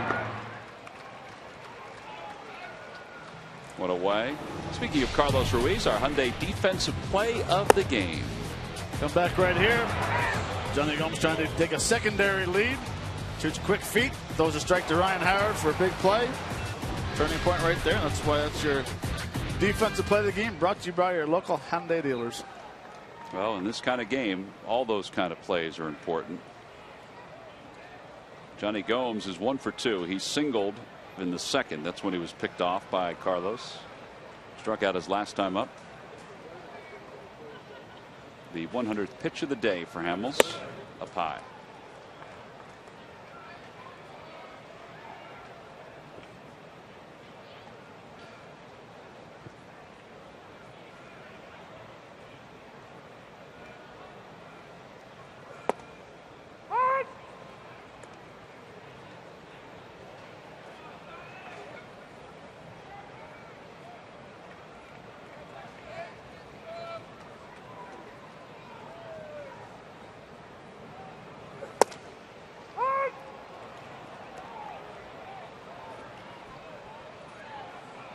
Seemed like after Cole threw about the 80th pitch, his last 22 pitches have been very, he's getting stronger. Down the zone, good break on his curveball, tremendous changeup. Strike 3 called. 6 strikeouts for Hamels. There wasn't much fooling around there. That was just, let me throw you a fastball a couple different times in different spots. This is a fastball at 94. Outer third. So Gomes is retired for the second time on strikes. And here's Simmons.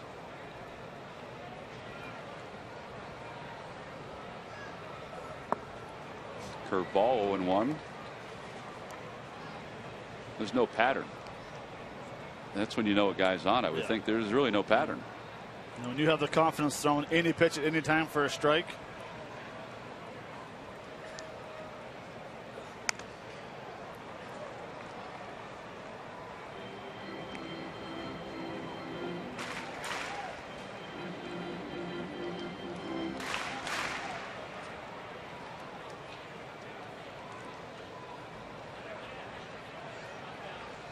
I mean, now he has so many weapons. Changeup, high fastball. He's probably going to stay away from him. No, he did.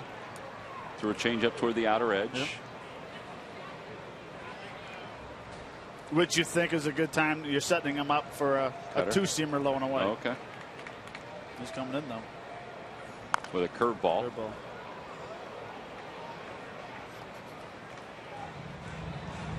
I guess I look at the scoreboard 0-0 going in the bottom of the 7th, knowing that you're battling a 0-0 game. You don't want to make a mistake inside. If you're going to get beat opposite field. You throw a curveball and all of a sudden you hang it, and then the next thing you know you're talking about, well, there's one bad pitch. Well, that one bad pitch might have cost you the game. So if you get beat, 390 feet to right center. Over to third base. And Michael Franco will throw out Simmons. A 1-2-3 7th inning for Cole Hamels. Boy, he's been fantastic here this afternoon. Let's get this man a run when we come back for the 8th.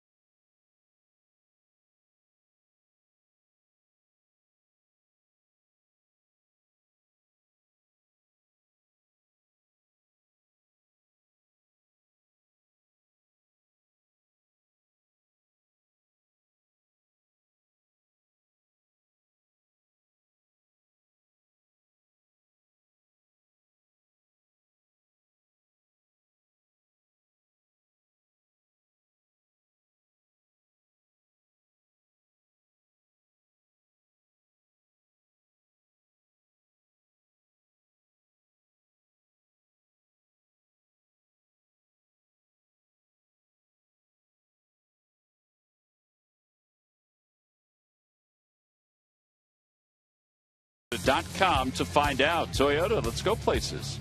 And by W.B. Mason. You can't go wrong when you buy right.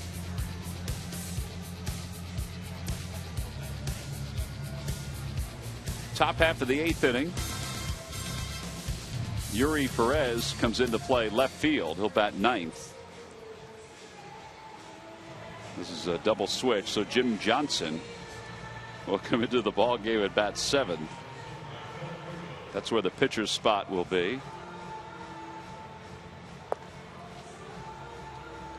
Shelby Miller started this game, went 6 in the 3rd, 7 hits, no runs.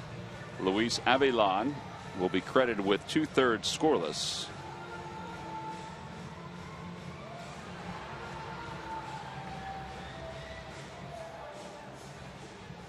Cole still sitting in the dugout. Bob McClure went over for a moment, but that was pretty quick. Just to say nice pitch. Yeah. No, he's still in there. Like you said, Matt, he's getting stronger. He's got 109 pitches. There's no day off before his next outing. Big rip by Franco, 0-1.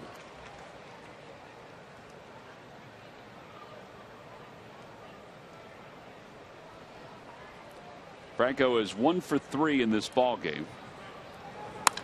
That one's over toward the hole. It's basically the same ball that he hit in his first at bat.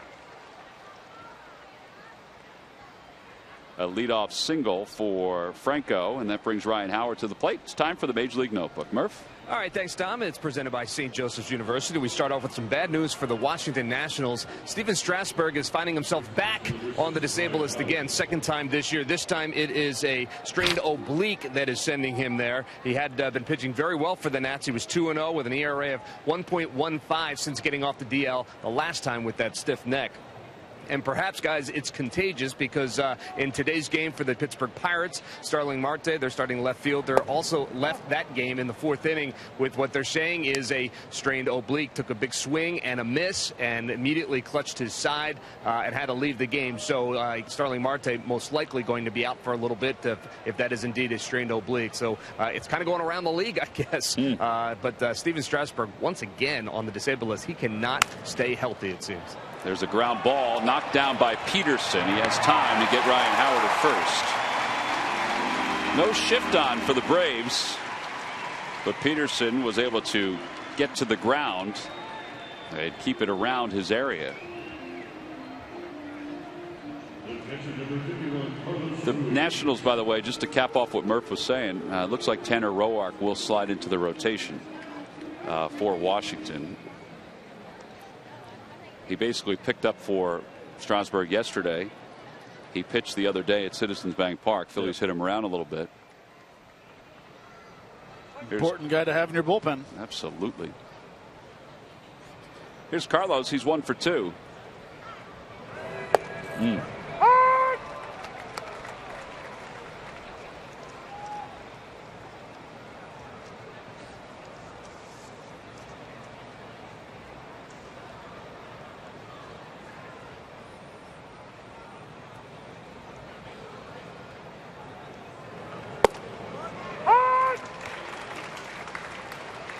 That is a big curveball. Sure is. 12-6. Short stride, short arm. Jim Johnson throws. Jim Johnson. 13 straight scoreless appearances for him. That's popped up. Should find the seats over the first base dugout.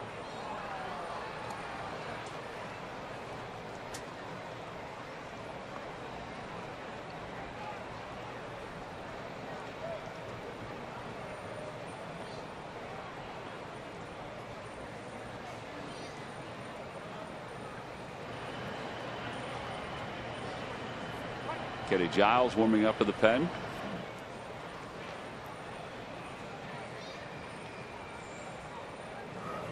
(42nd) appearance for Jim Johnson. And that leads all Major League Baseball. Johnson and Grilly have basically been the closers. More Grilly, but Right. They don't let him go more than 2 straight days with a save opportunity. And I asked Freddie Gonzalez yesterday about that, about not having Craig Kimbrell. He said, you know, I was always one of those guys that said, I need a big-time closer. I mean, I need a big-time closer. And I had Kimbrell, and that's what I always thought I needed and wanted. He said, but now I keep thinking with the way Grilly and that ball is looped out toward right field. Markakis coming on. He dives, and he makes the catch. And Franco will go back to second base. Well, that may have just saved a run. I say that only because Franco was 3/4 of the way to third. But he keeps it at a scoreless game. Well, I had thought he had no chance of getting there the way he was going after it. But catches it. Very good, very underrated right fielder. I mean, one error in what, 301 or 2 games now? Very good. Good concentration. Well, he is a Gold Glover. You see the gold shield on that glove.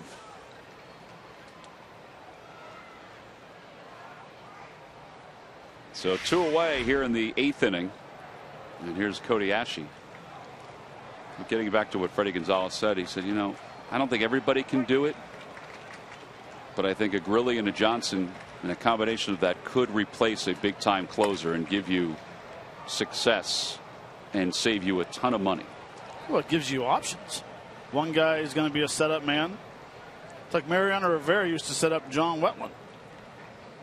If you needed Rivera, he could close the game for you at the time. So basically, you're spending $13 million on a closer, where you could have 2 setup guys for $7 million each. Pretty much, yeah. And then use money elsewhere. Correct. For something else on your team. He said, now I'm not a believer that a young kid can come up and do that. He goes, maybe he's got to prove it to me first. But he said this has worked out for the Braves to have Johnson and Grilli as kind of the 8th inning, 9th inning guys, with Johnson then supplanting Grilli when he needs a break. Right. But it is also easy to say when you have 2 guys that are doing well. If they were struggling, then the words would have been very true. Man, I wish we had a closer. Wish we had Kimbrel back.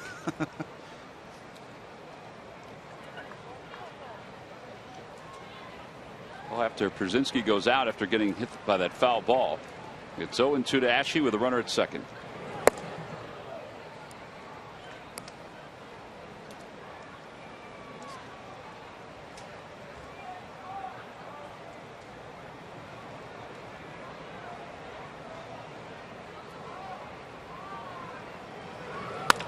Out towards shortstop. Simmons is up with it. Phillies threaten a little bit here in the 8th inning, but do not score. No runs, 1 hit, and 1 man left in scoring position. Middle of the 8th, still a scoreless game.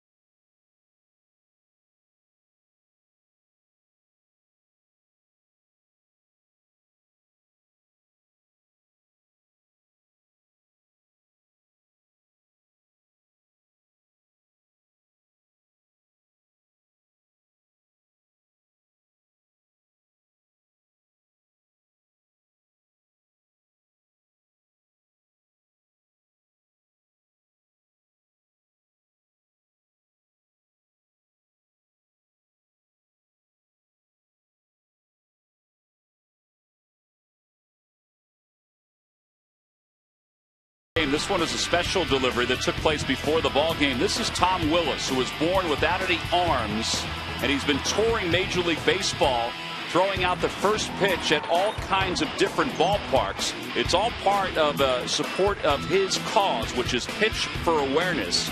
This was the 25th stadium that Tom has thrown the first pitch out to, and he was the one who provided our W.B. Mason delivery of the game before the game, throwing out today's ceremonial first pitch. Here's Ken Giles, who will take over for Cole Hamels. I thought Hamels might go back out there and pitch the 8th inning, but they've decided to let him go out, let him sit down after 109 pitches. So Giles, 3-2, a 2.06 ERA, and he'll face Yuri Perez to start things off. Fastball upstairs, 1-0.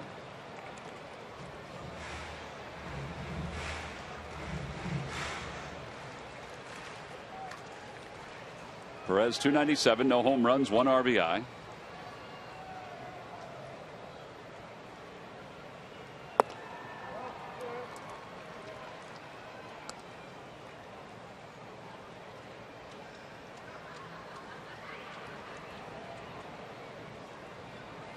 Well, another solid outing for Cole Hamels versus the Atlanta Braves. 7 innings, no walks, 6 strikeouts. Well, it just adds to, since the the beginning of last year. 35 innings pitched, 18 hits allowed, 35 strikeouts,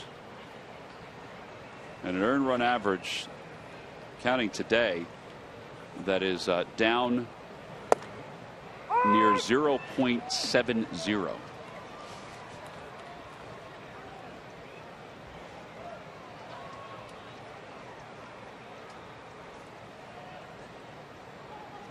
Got to get the man some runs somewhere. Swing and a miss to the slider. 7 strikeouts for Phil's pitching this afternoon. And 1 out here in the 8th. Extraordinary moments happen every night in baseball, but on one night they all happen in one place, Cincinnati. Don't miss the 86th All-Star Game. Coverage begins at 7 p.m. Eastern, Tuesday, July 14th on Fox.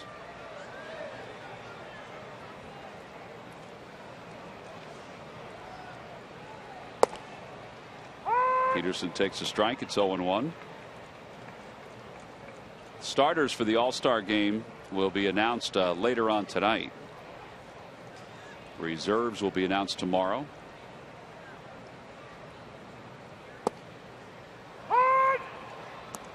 Royals will dominate the American League. Looks like Josh Donaldson's going to hold on at third base in the American League. Mike Trout will be the starter in, I guess, center field for the AL. Outside, 1-2. Then after that, we're seeing royal blue everywhere. Royal blue in a lot of places, yeah. Catcher, first, second. 2 in the outfield. Nelson Cruz, the DH.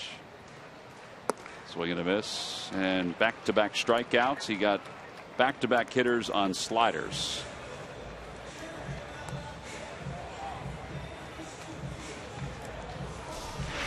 Well, this is just a very good pitch. Hard slider straight down, almost like a split finger action right there.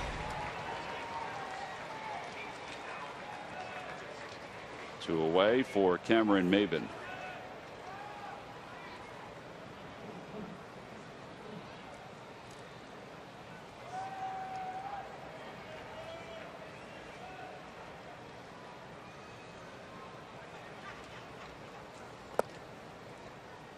Do you ever watch the All-Star Game?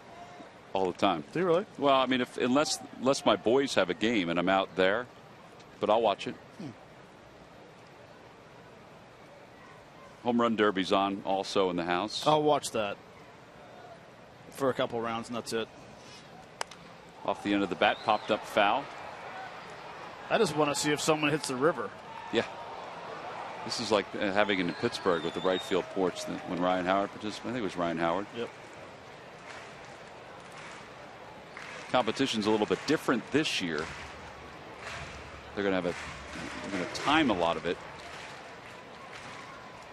X amount of time to get your swings in. Puts a lot of pressure on a BP thrower. You better throw strikes. Outside, it's 2-1.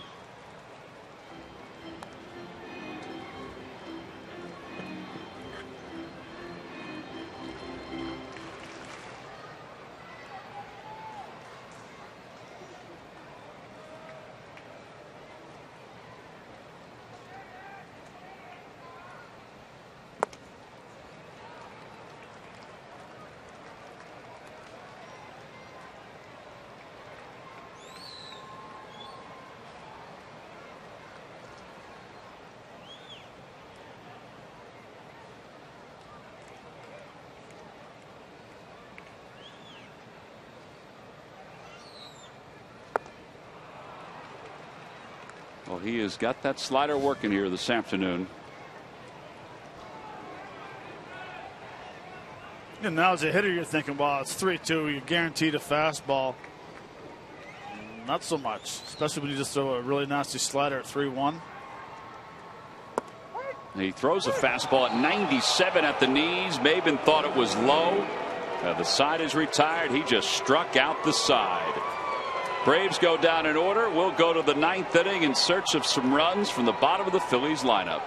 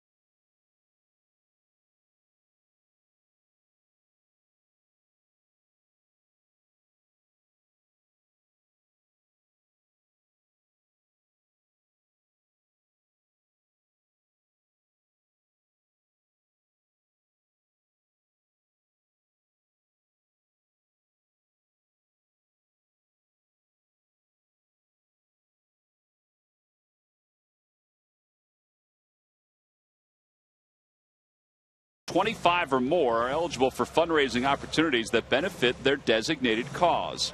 It's a great way to raise funds and awareness. Learn more at Phillies.com/group tickets.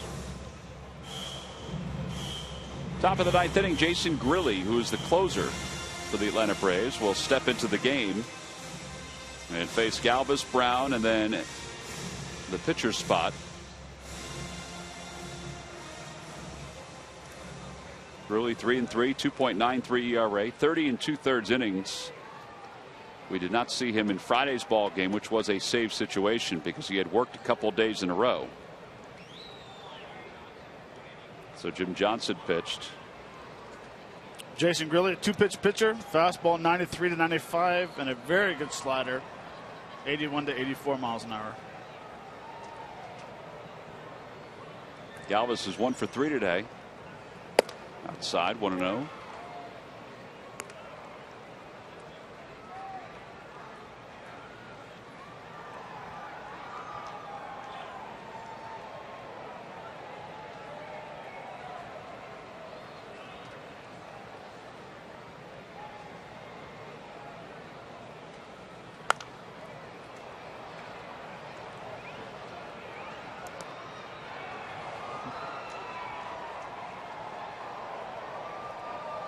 Luis Garcia warming up in the pen.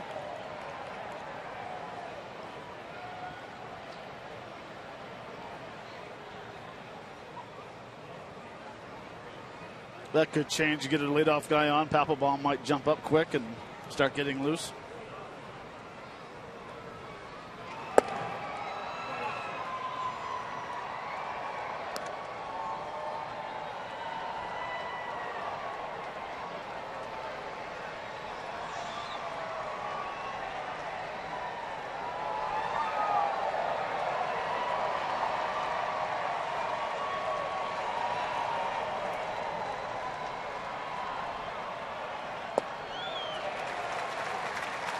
I think it's safe to say that Jason's really not the quickest worker.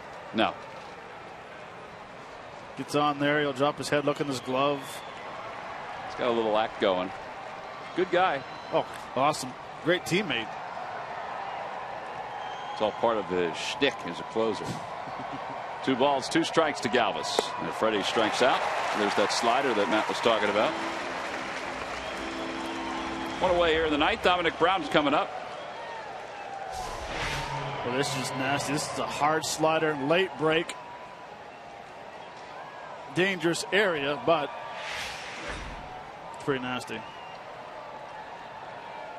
Dominic Brown is 1 for 3. He's grounded out twice. He's singled.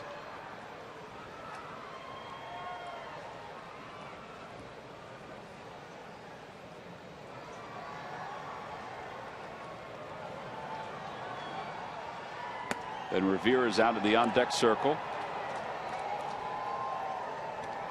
There's Ben. Sore hamstring and all.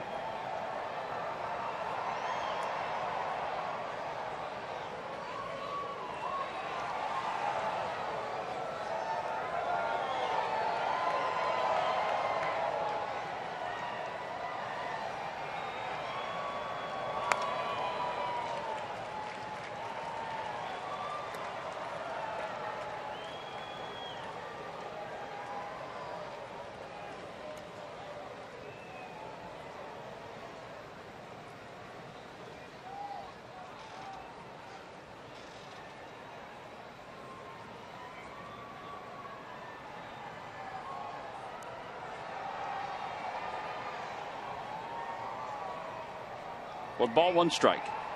Curveball hit foul. On the Toyota Major League scoreboard, Rays are beating the Yankees 8-1. That game's in the bottom of the ninth inning. Tampa has lost 7 consecutive games. You want to talk about the ever-changing world of the American League East? Yankees lead the division by 2 over Baltimore. Tampa's in 3rd, tied with Toronto. As Brown strikes out, goes after a high heater.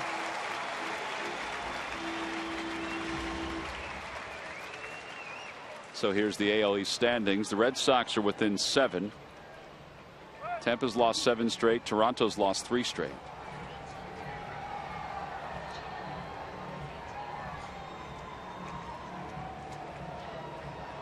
We'll check back in another 10 days or so, and the Blue Jays will be leading the division. Well, the Red Sox have got to be very happy. 38-45. Have to be. Haven't played good this year. Well, Darren Ruff will now pinch hit instead of Ben Revere. Darren hit a 3-run home run last night. Hit off the top of the fence and went into the crowd. So Ben will keep himself loose for later on.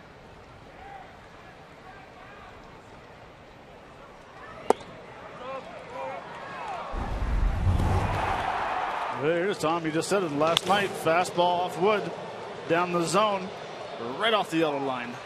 Smart hitting. That made it a 9-4 game. Odubel Herrera's home run made it 9-5, but that's all the Phillies could get. 1 ball and no strikes to Ruff. Breaking ball, and it's 1-1. Really did not like the first call, but he gets that one there on the breaking pitch.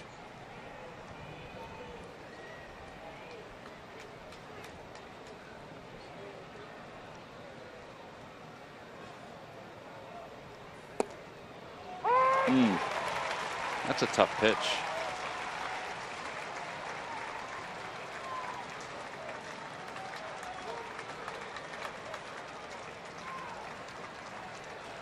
Especially when you start at middle and it breaks to the outside corner because you think it's going to swoop out of the strike zone. 1 ball, 2 strikes. Just try to protect on that one. He jumped at that outside fastball.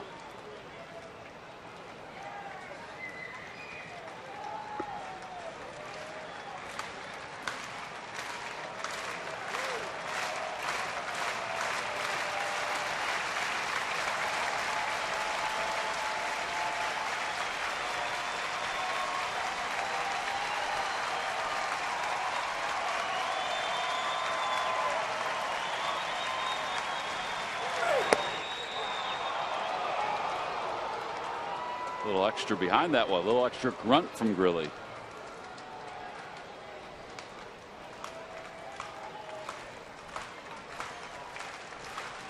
Just threw back-to-back fastballs. I think a slider, slurve. Yeah, slurve, I think.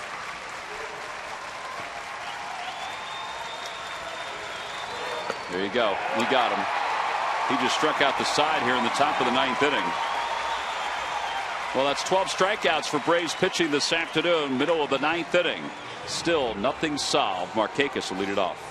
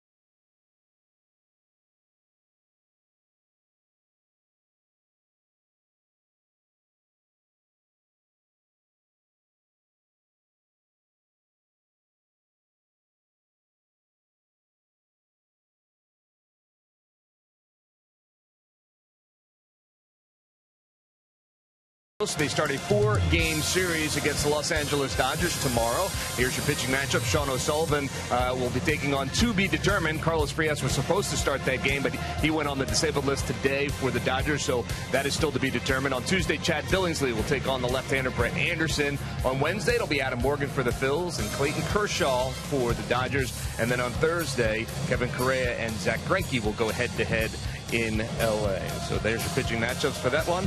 But this one, guys, is not over yet. It is not, Murph. The Phillies will try to keep it that way as Luis Garcia will come on to pitch the bottom of the 9th inning.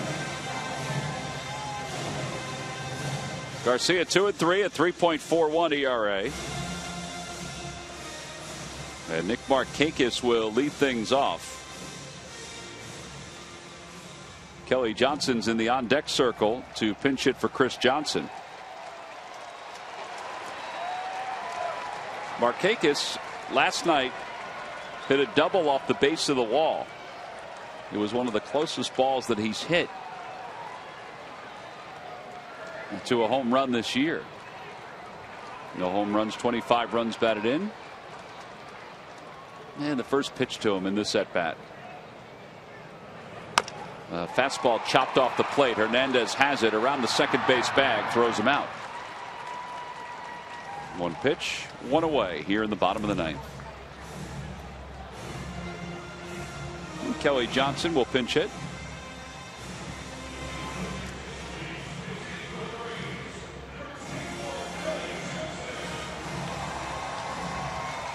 Cole Hamels started this game with the first 7. Ken Giles pitched a scoreless 8th inning. In fact, struck out the side in the 8th, and now it's Luis Garcia.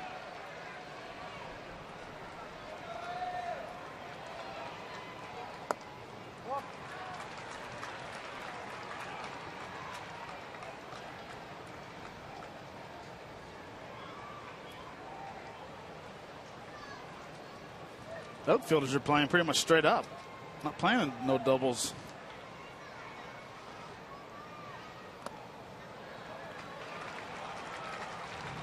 Yeah, Esche and Brown might be a step back, but Odubel, he's normal. He's normal. Well, he's playing normal depth.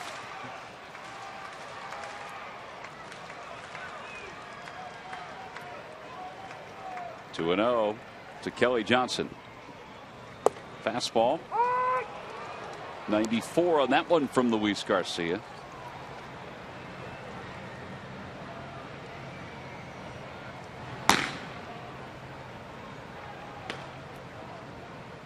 Nick Massett, the veteran, warming up.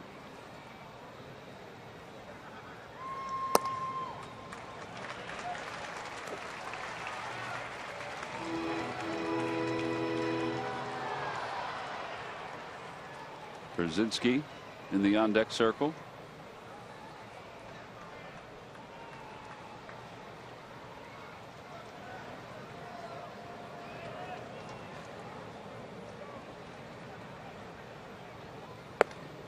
Ball 4, so the winning run is aboard.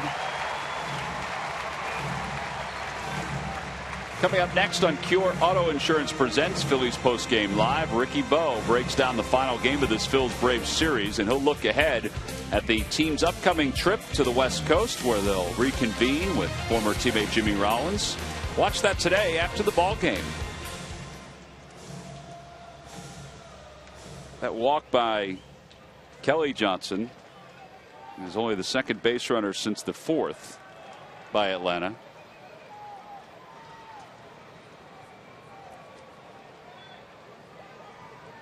Brzezinski has 2 hits, an infield single, and a double to right. He's popped out to short.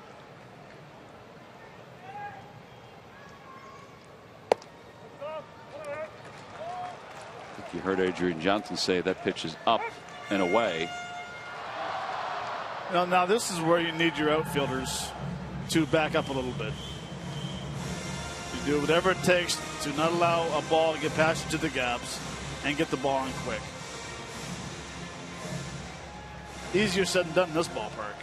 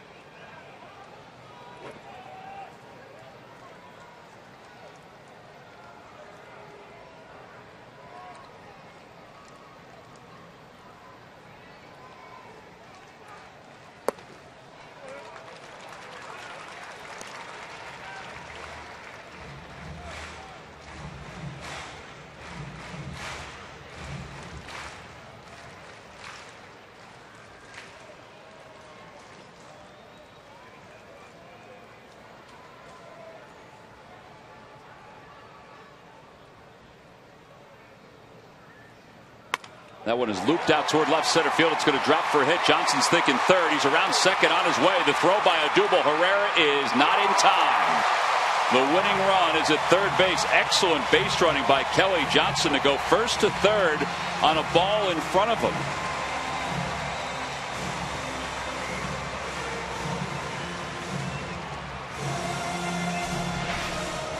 Well, with this play right here, AJ jams himself hitting the ball in the left field, left center.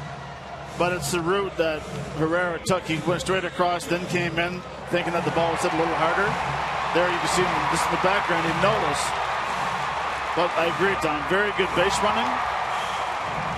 I don't know if he kind of got fooled with the way the ball came off the bat, thinking that he was going to get past him in left center.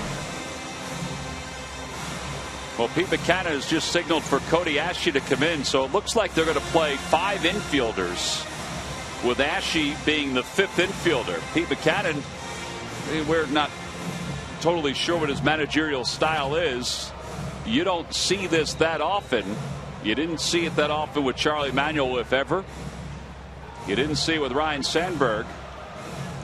But it looks like Cody Ashe is going to come in and be the 5th infielder, with Pedro Siriaco coming up to bat for the Braves.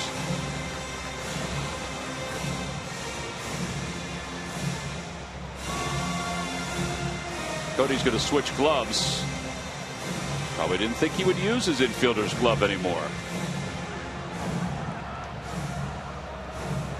Well, he's going to change gloves again.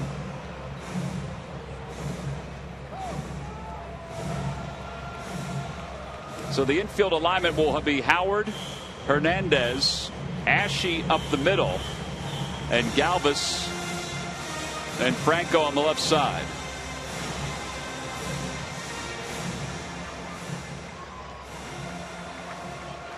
Now they're looking to make sure that Ashe's in the right spot. But they might move Freddie over a little bit more and have Ashe over maybe 1 or 2 more steps. Now they want to make sure that he's at second if they can turn 2.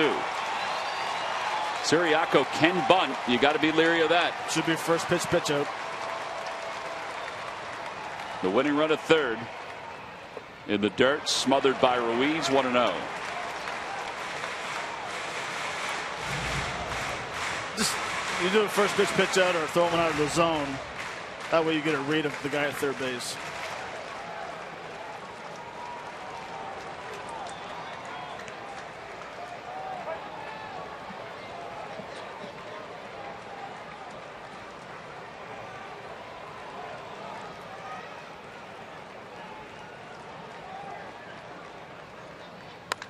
That one's out towards center field. Not deep. Odubel says he has it. Johnson tags from third. He'll draw the throw. Knocked down on a hop by Carlos Ruiz, and there are 2 outs. So now Ashe will get his outfielder's glove back and will go back to left field.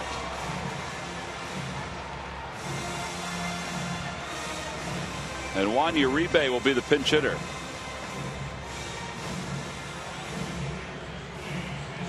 How about that? You know, Odubel is playing over toward left center and in. If he was back in center field, it might not have been as easy a play. Well, he probably, well, first of all, he wouldn't have got to it. No.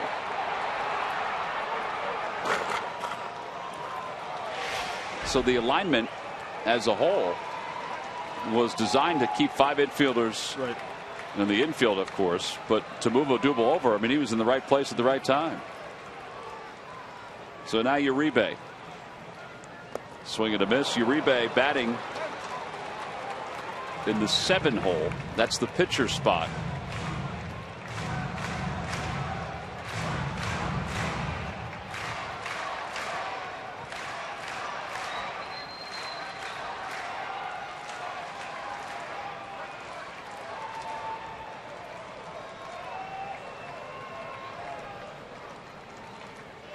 The 0-1 pitch.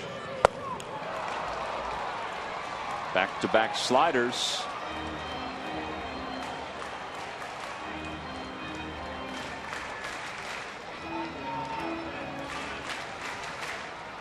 Probably get another one, but throw it out of the zone.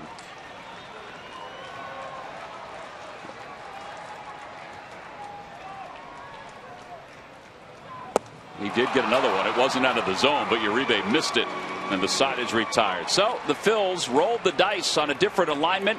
It paid off, and for the first time since 2005, the Phillies and the Braves facing each other will take a 0-0 game into the 10th inning. Boy, did he get away with that pitch right there. We'll be back with extra innings right after this.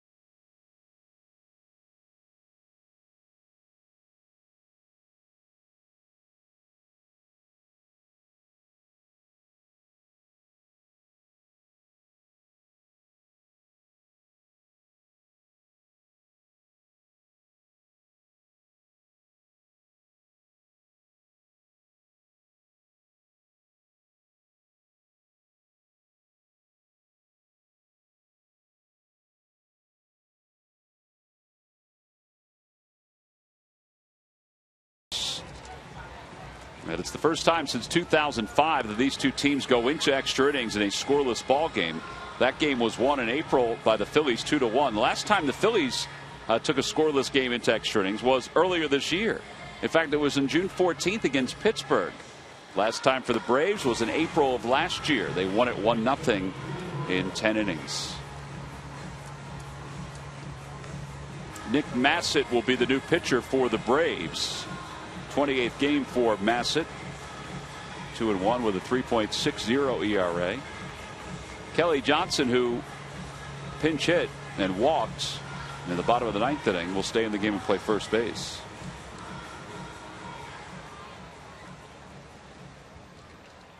Well, the extra inning records for these two teams the same. Something's got to give. 2-5. So the 8th extra inning ball game for both, as Odubel Herrera will lead it off against Massett. On the outside corner, according to Adrian Johnson, it's 0-1. Odubel does not agree.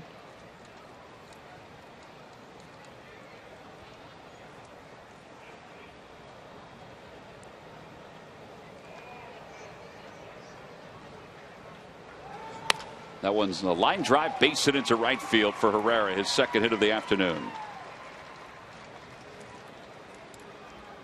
And now Cesar will be up there to try to bunt him up, I think. Well, let's just hope this time he gets it down and Herrera recognizes that he gets it down and doesn't get picked off again. Well, speaking of Herrera, I mean, you can't underscore. I mean, a lot of it's luck. I mean, I would think some of it is rolling the dice, but that play that he made in left center field in the bottom of the 9th inning, I mean, that wouldn't have been made if it was the normal alignment. Right, and that's the reason why you do the 5-man infield. Yeah.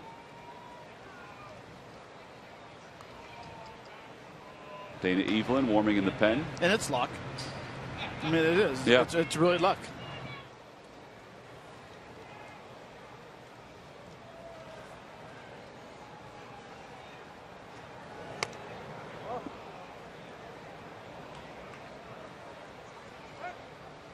Ball almost hit Cesar Hernandez.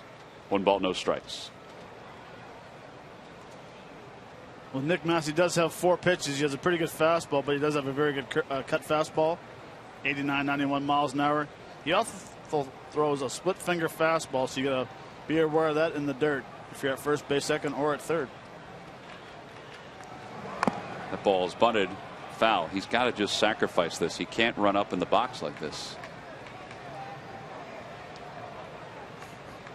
called a sacrifice for a reason. You're sacrificing yourself. You're not trying to get on base.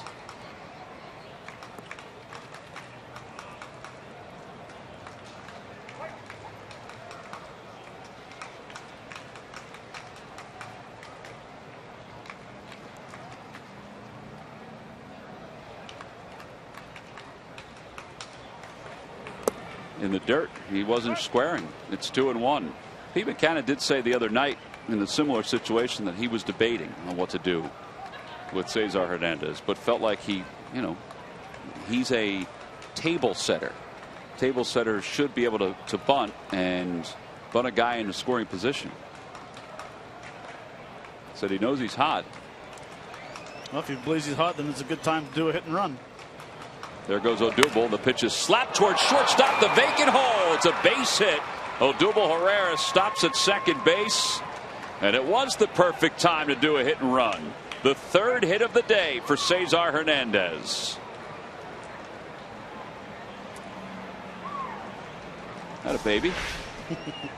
Well, and that shows the confidence in Cesar Hernandez, the way he's been swinging the bat, the way he can control.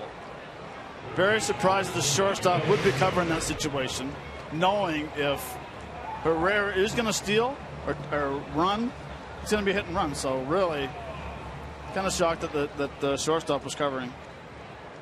Glad he was, though. Well, now Maikel Franco, who has 2 hits and 4 at bats this afternoon.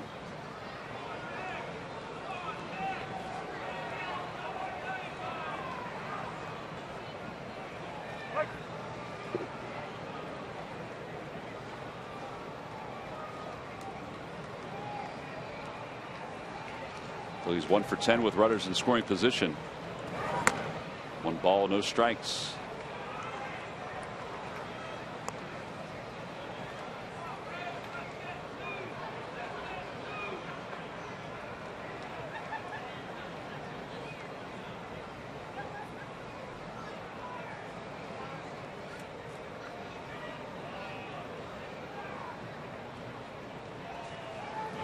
Outside, 2-0.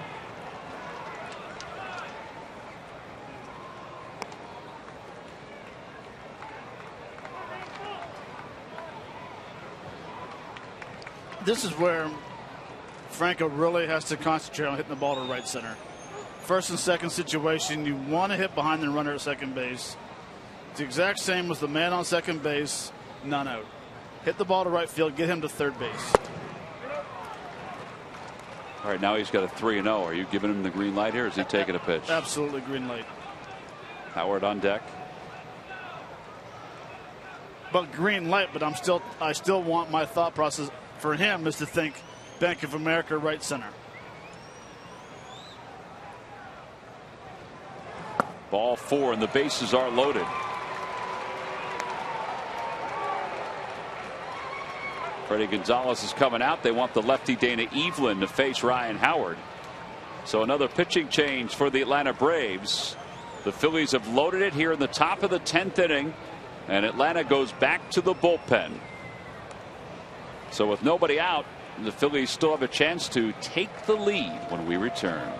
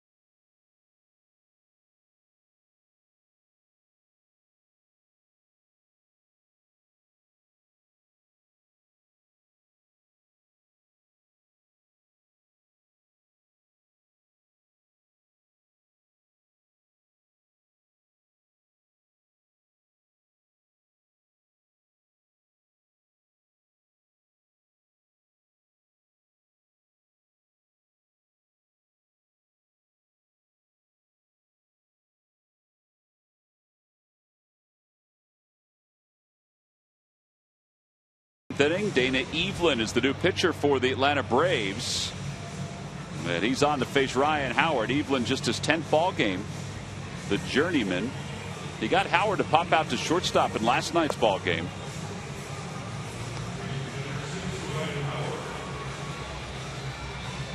A single by Herrera, followed by a hit and run single by Hernandez, and then a walk to Maikel Franco has loaded up the bases. And now the Phils have a chance to take the first lead of the game.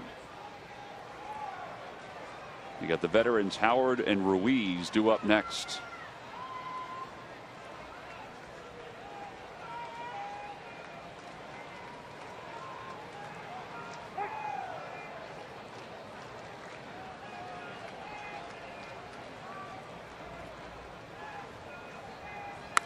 In the air to right field. I don't get a run home. Markakis is under it. Tagging from third is Herrera. Here he comes. The throw is lofted into second, and the Phillies take the lead. A 1-0 lead on a sac fly by Ryan Howard.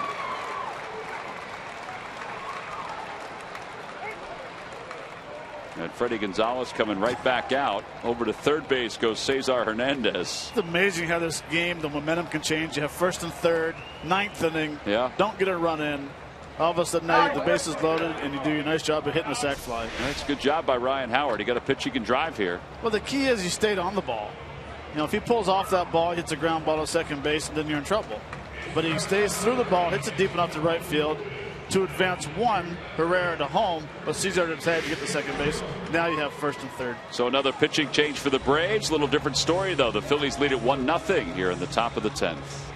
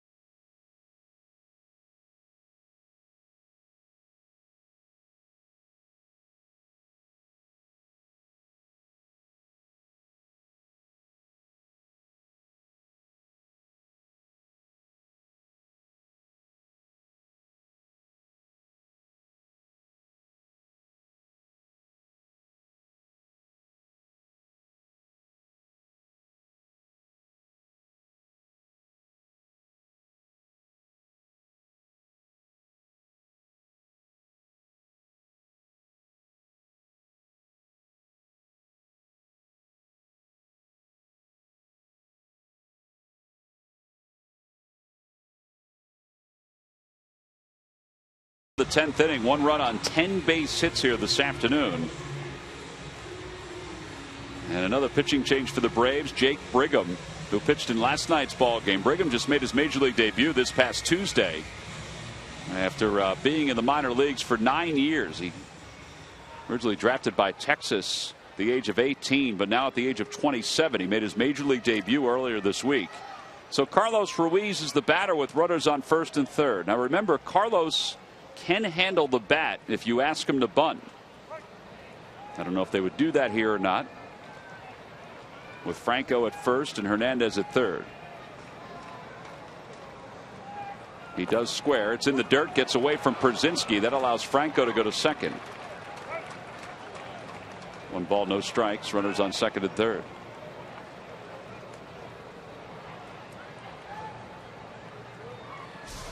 You know, we have seen more.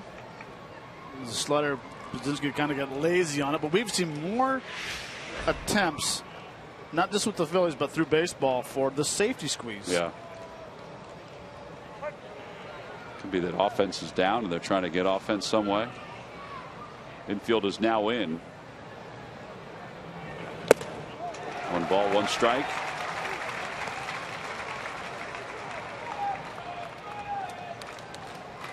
I mean, you're in the same situation. If you thought about first pitch doing the safety squeeze, now you have second and third. Unless before they were thinking the ground ball would have been a double play ball. And a line drive down the left field line. That's in for a base hit. That'll score 2. Franco coasts home behind Cesar Hernandez, and Carlos Ruiz comes through with a 2-run double. 3-0 Phillies.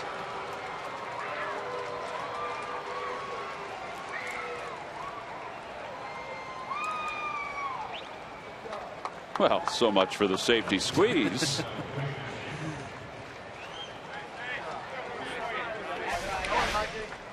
Nice job right here. Gets a fastball inside. Nice quick swing. Hitting the ball down the left field.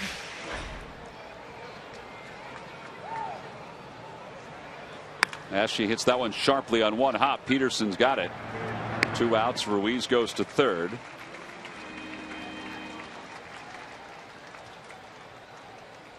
And Freddie Galvis is due up.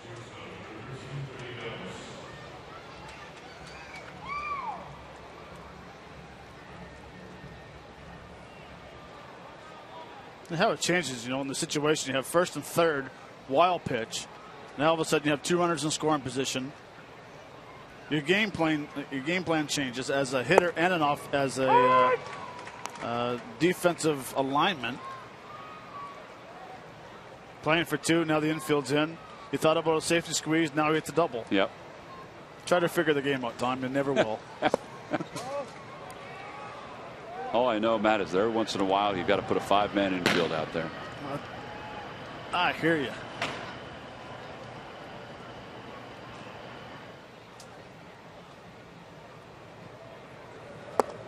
Off speed pitch, 1 ball, 2 strikes. So does that close the book on Massett? That would be a 0 on 3 runs. There would be no outs, 2 hits, 3 runs. Ouch. 1 walk.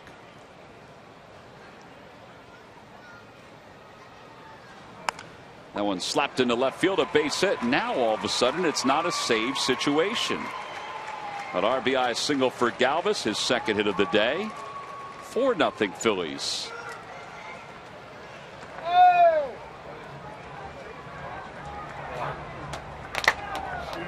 Good job by Carlos Ruiz. Very good.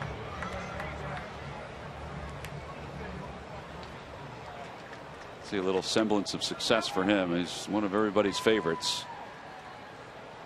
Dominic Brown now the batter. He's 1 for 4.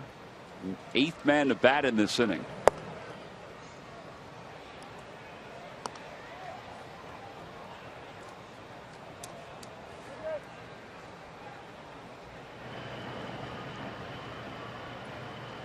Papelbon just soaking it all in the bullpen.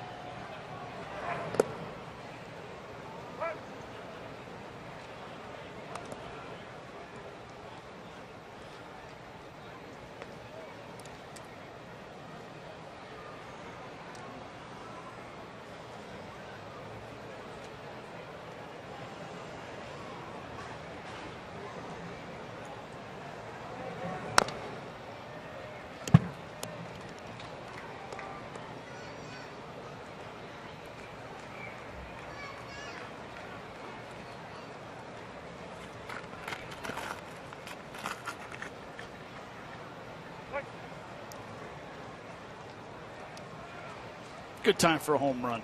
First of the year. There goes Galvis. Pitches low. Przinsky doesn't make the throw. That's a stolen base. You will not see a better jump than that one.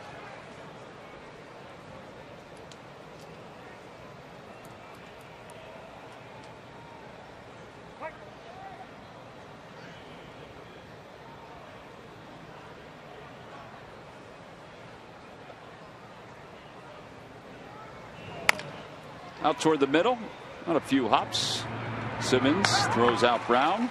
Side is retired, but the damage is done. 4 runs for the Phillies. Howard sac fly. Ruiz 2-run double. Galvis RBI single.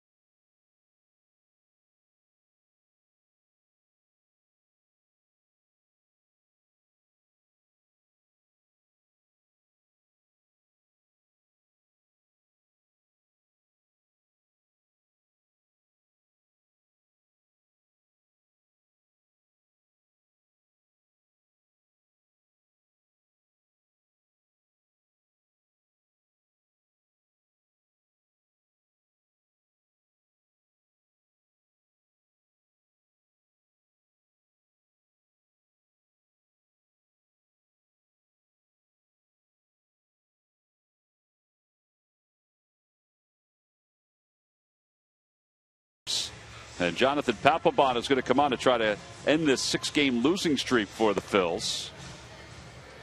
A few moments ago, this was a safe situation until Freddie Galvis's base hit.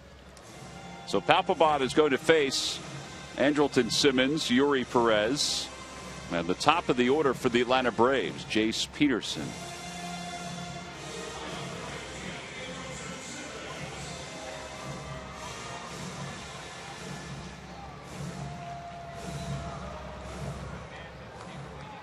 So Papelbon 1-1, a 1.71 ERA. Not a safe situation, but he is 14 for 14 on the year.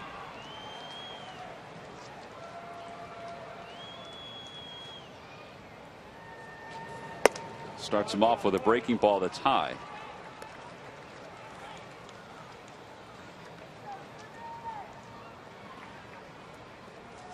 Phillies will head to Los Angeles after this game.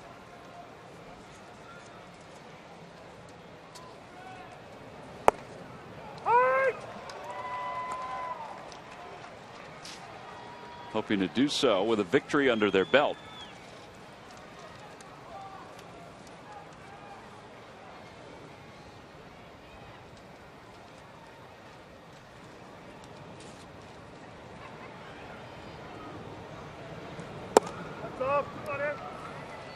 Did he say that's up or out? Off. Okay. Oh, off. Thank you, Matt.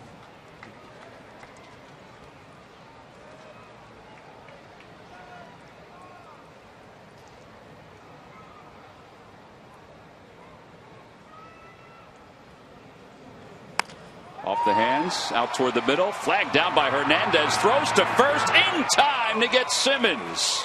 What a play by Cesar. He winds up in shallow left center field. Well, there's two things. He gets the ball, but he makes a very strong throw on a quick runner by Simmons. Simmons gets to first base pretty good. But Hernandez plants, back leg it. Strong throw. That's a great play. So now Perez struck out his first time up. He's 0 for 1.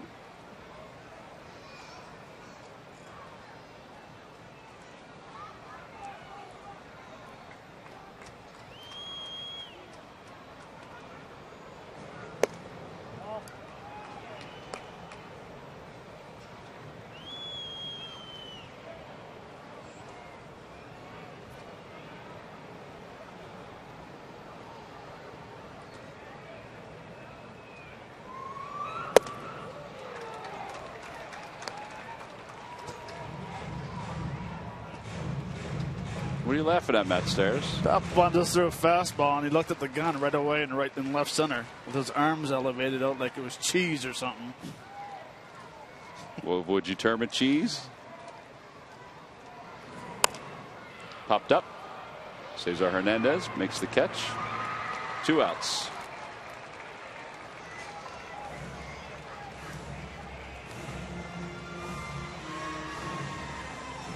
Well, these are the last 2 outings that Cole Hamels has started here at Turner Field. 18 2/3, 7 hits, 22 strikeouts. Zippo, as far as the runs go. And the 5 walks was all on Cole. It was all Cole. That one game. Yeah. Here's Jace Peterson.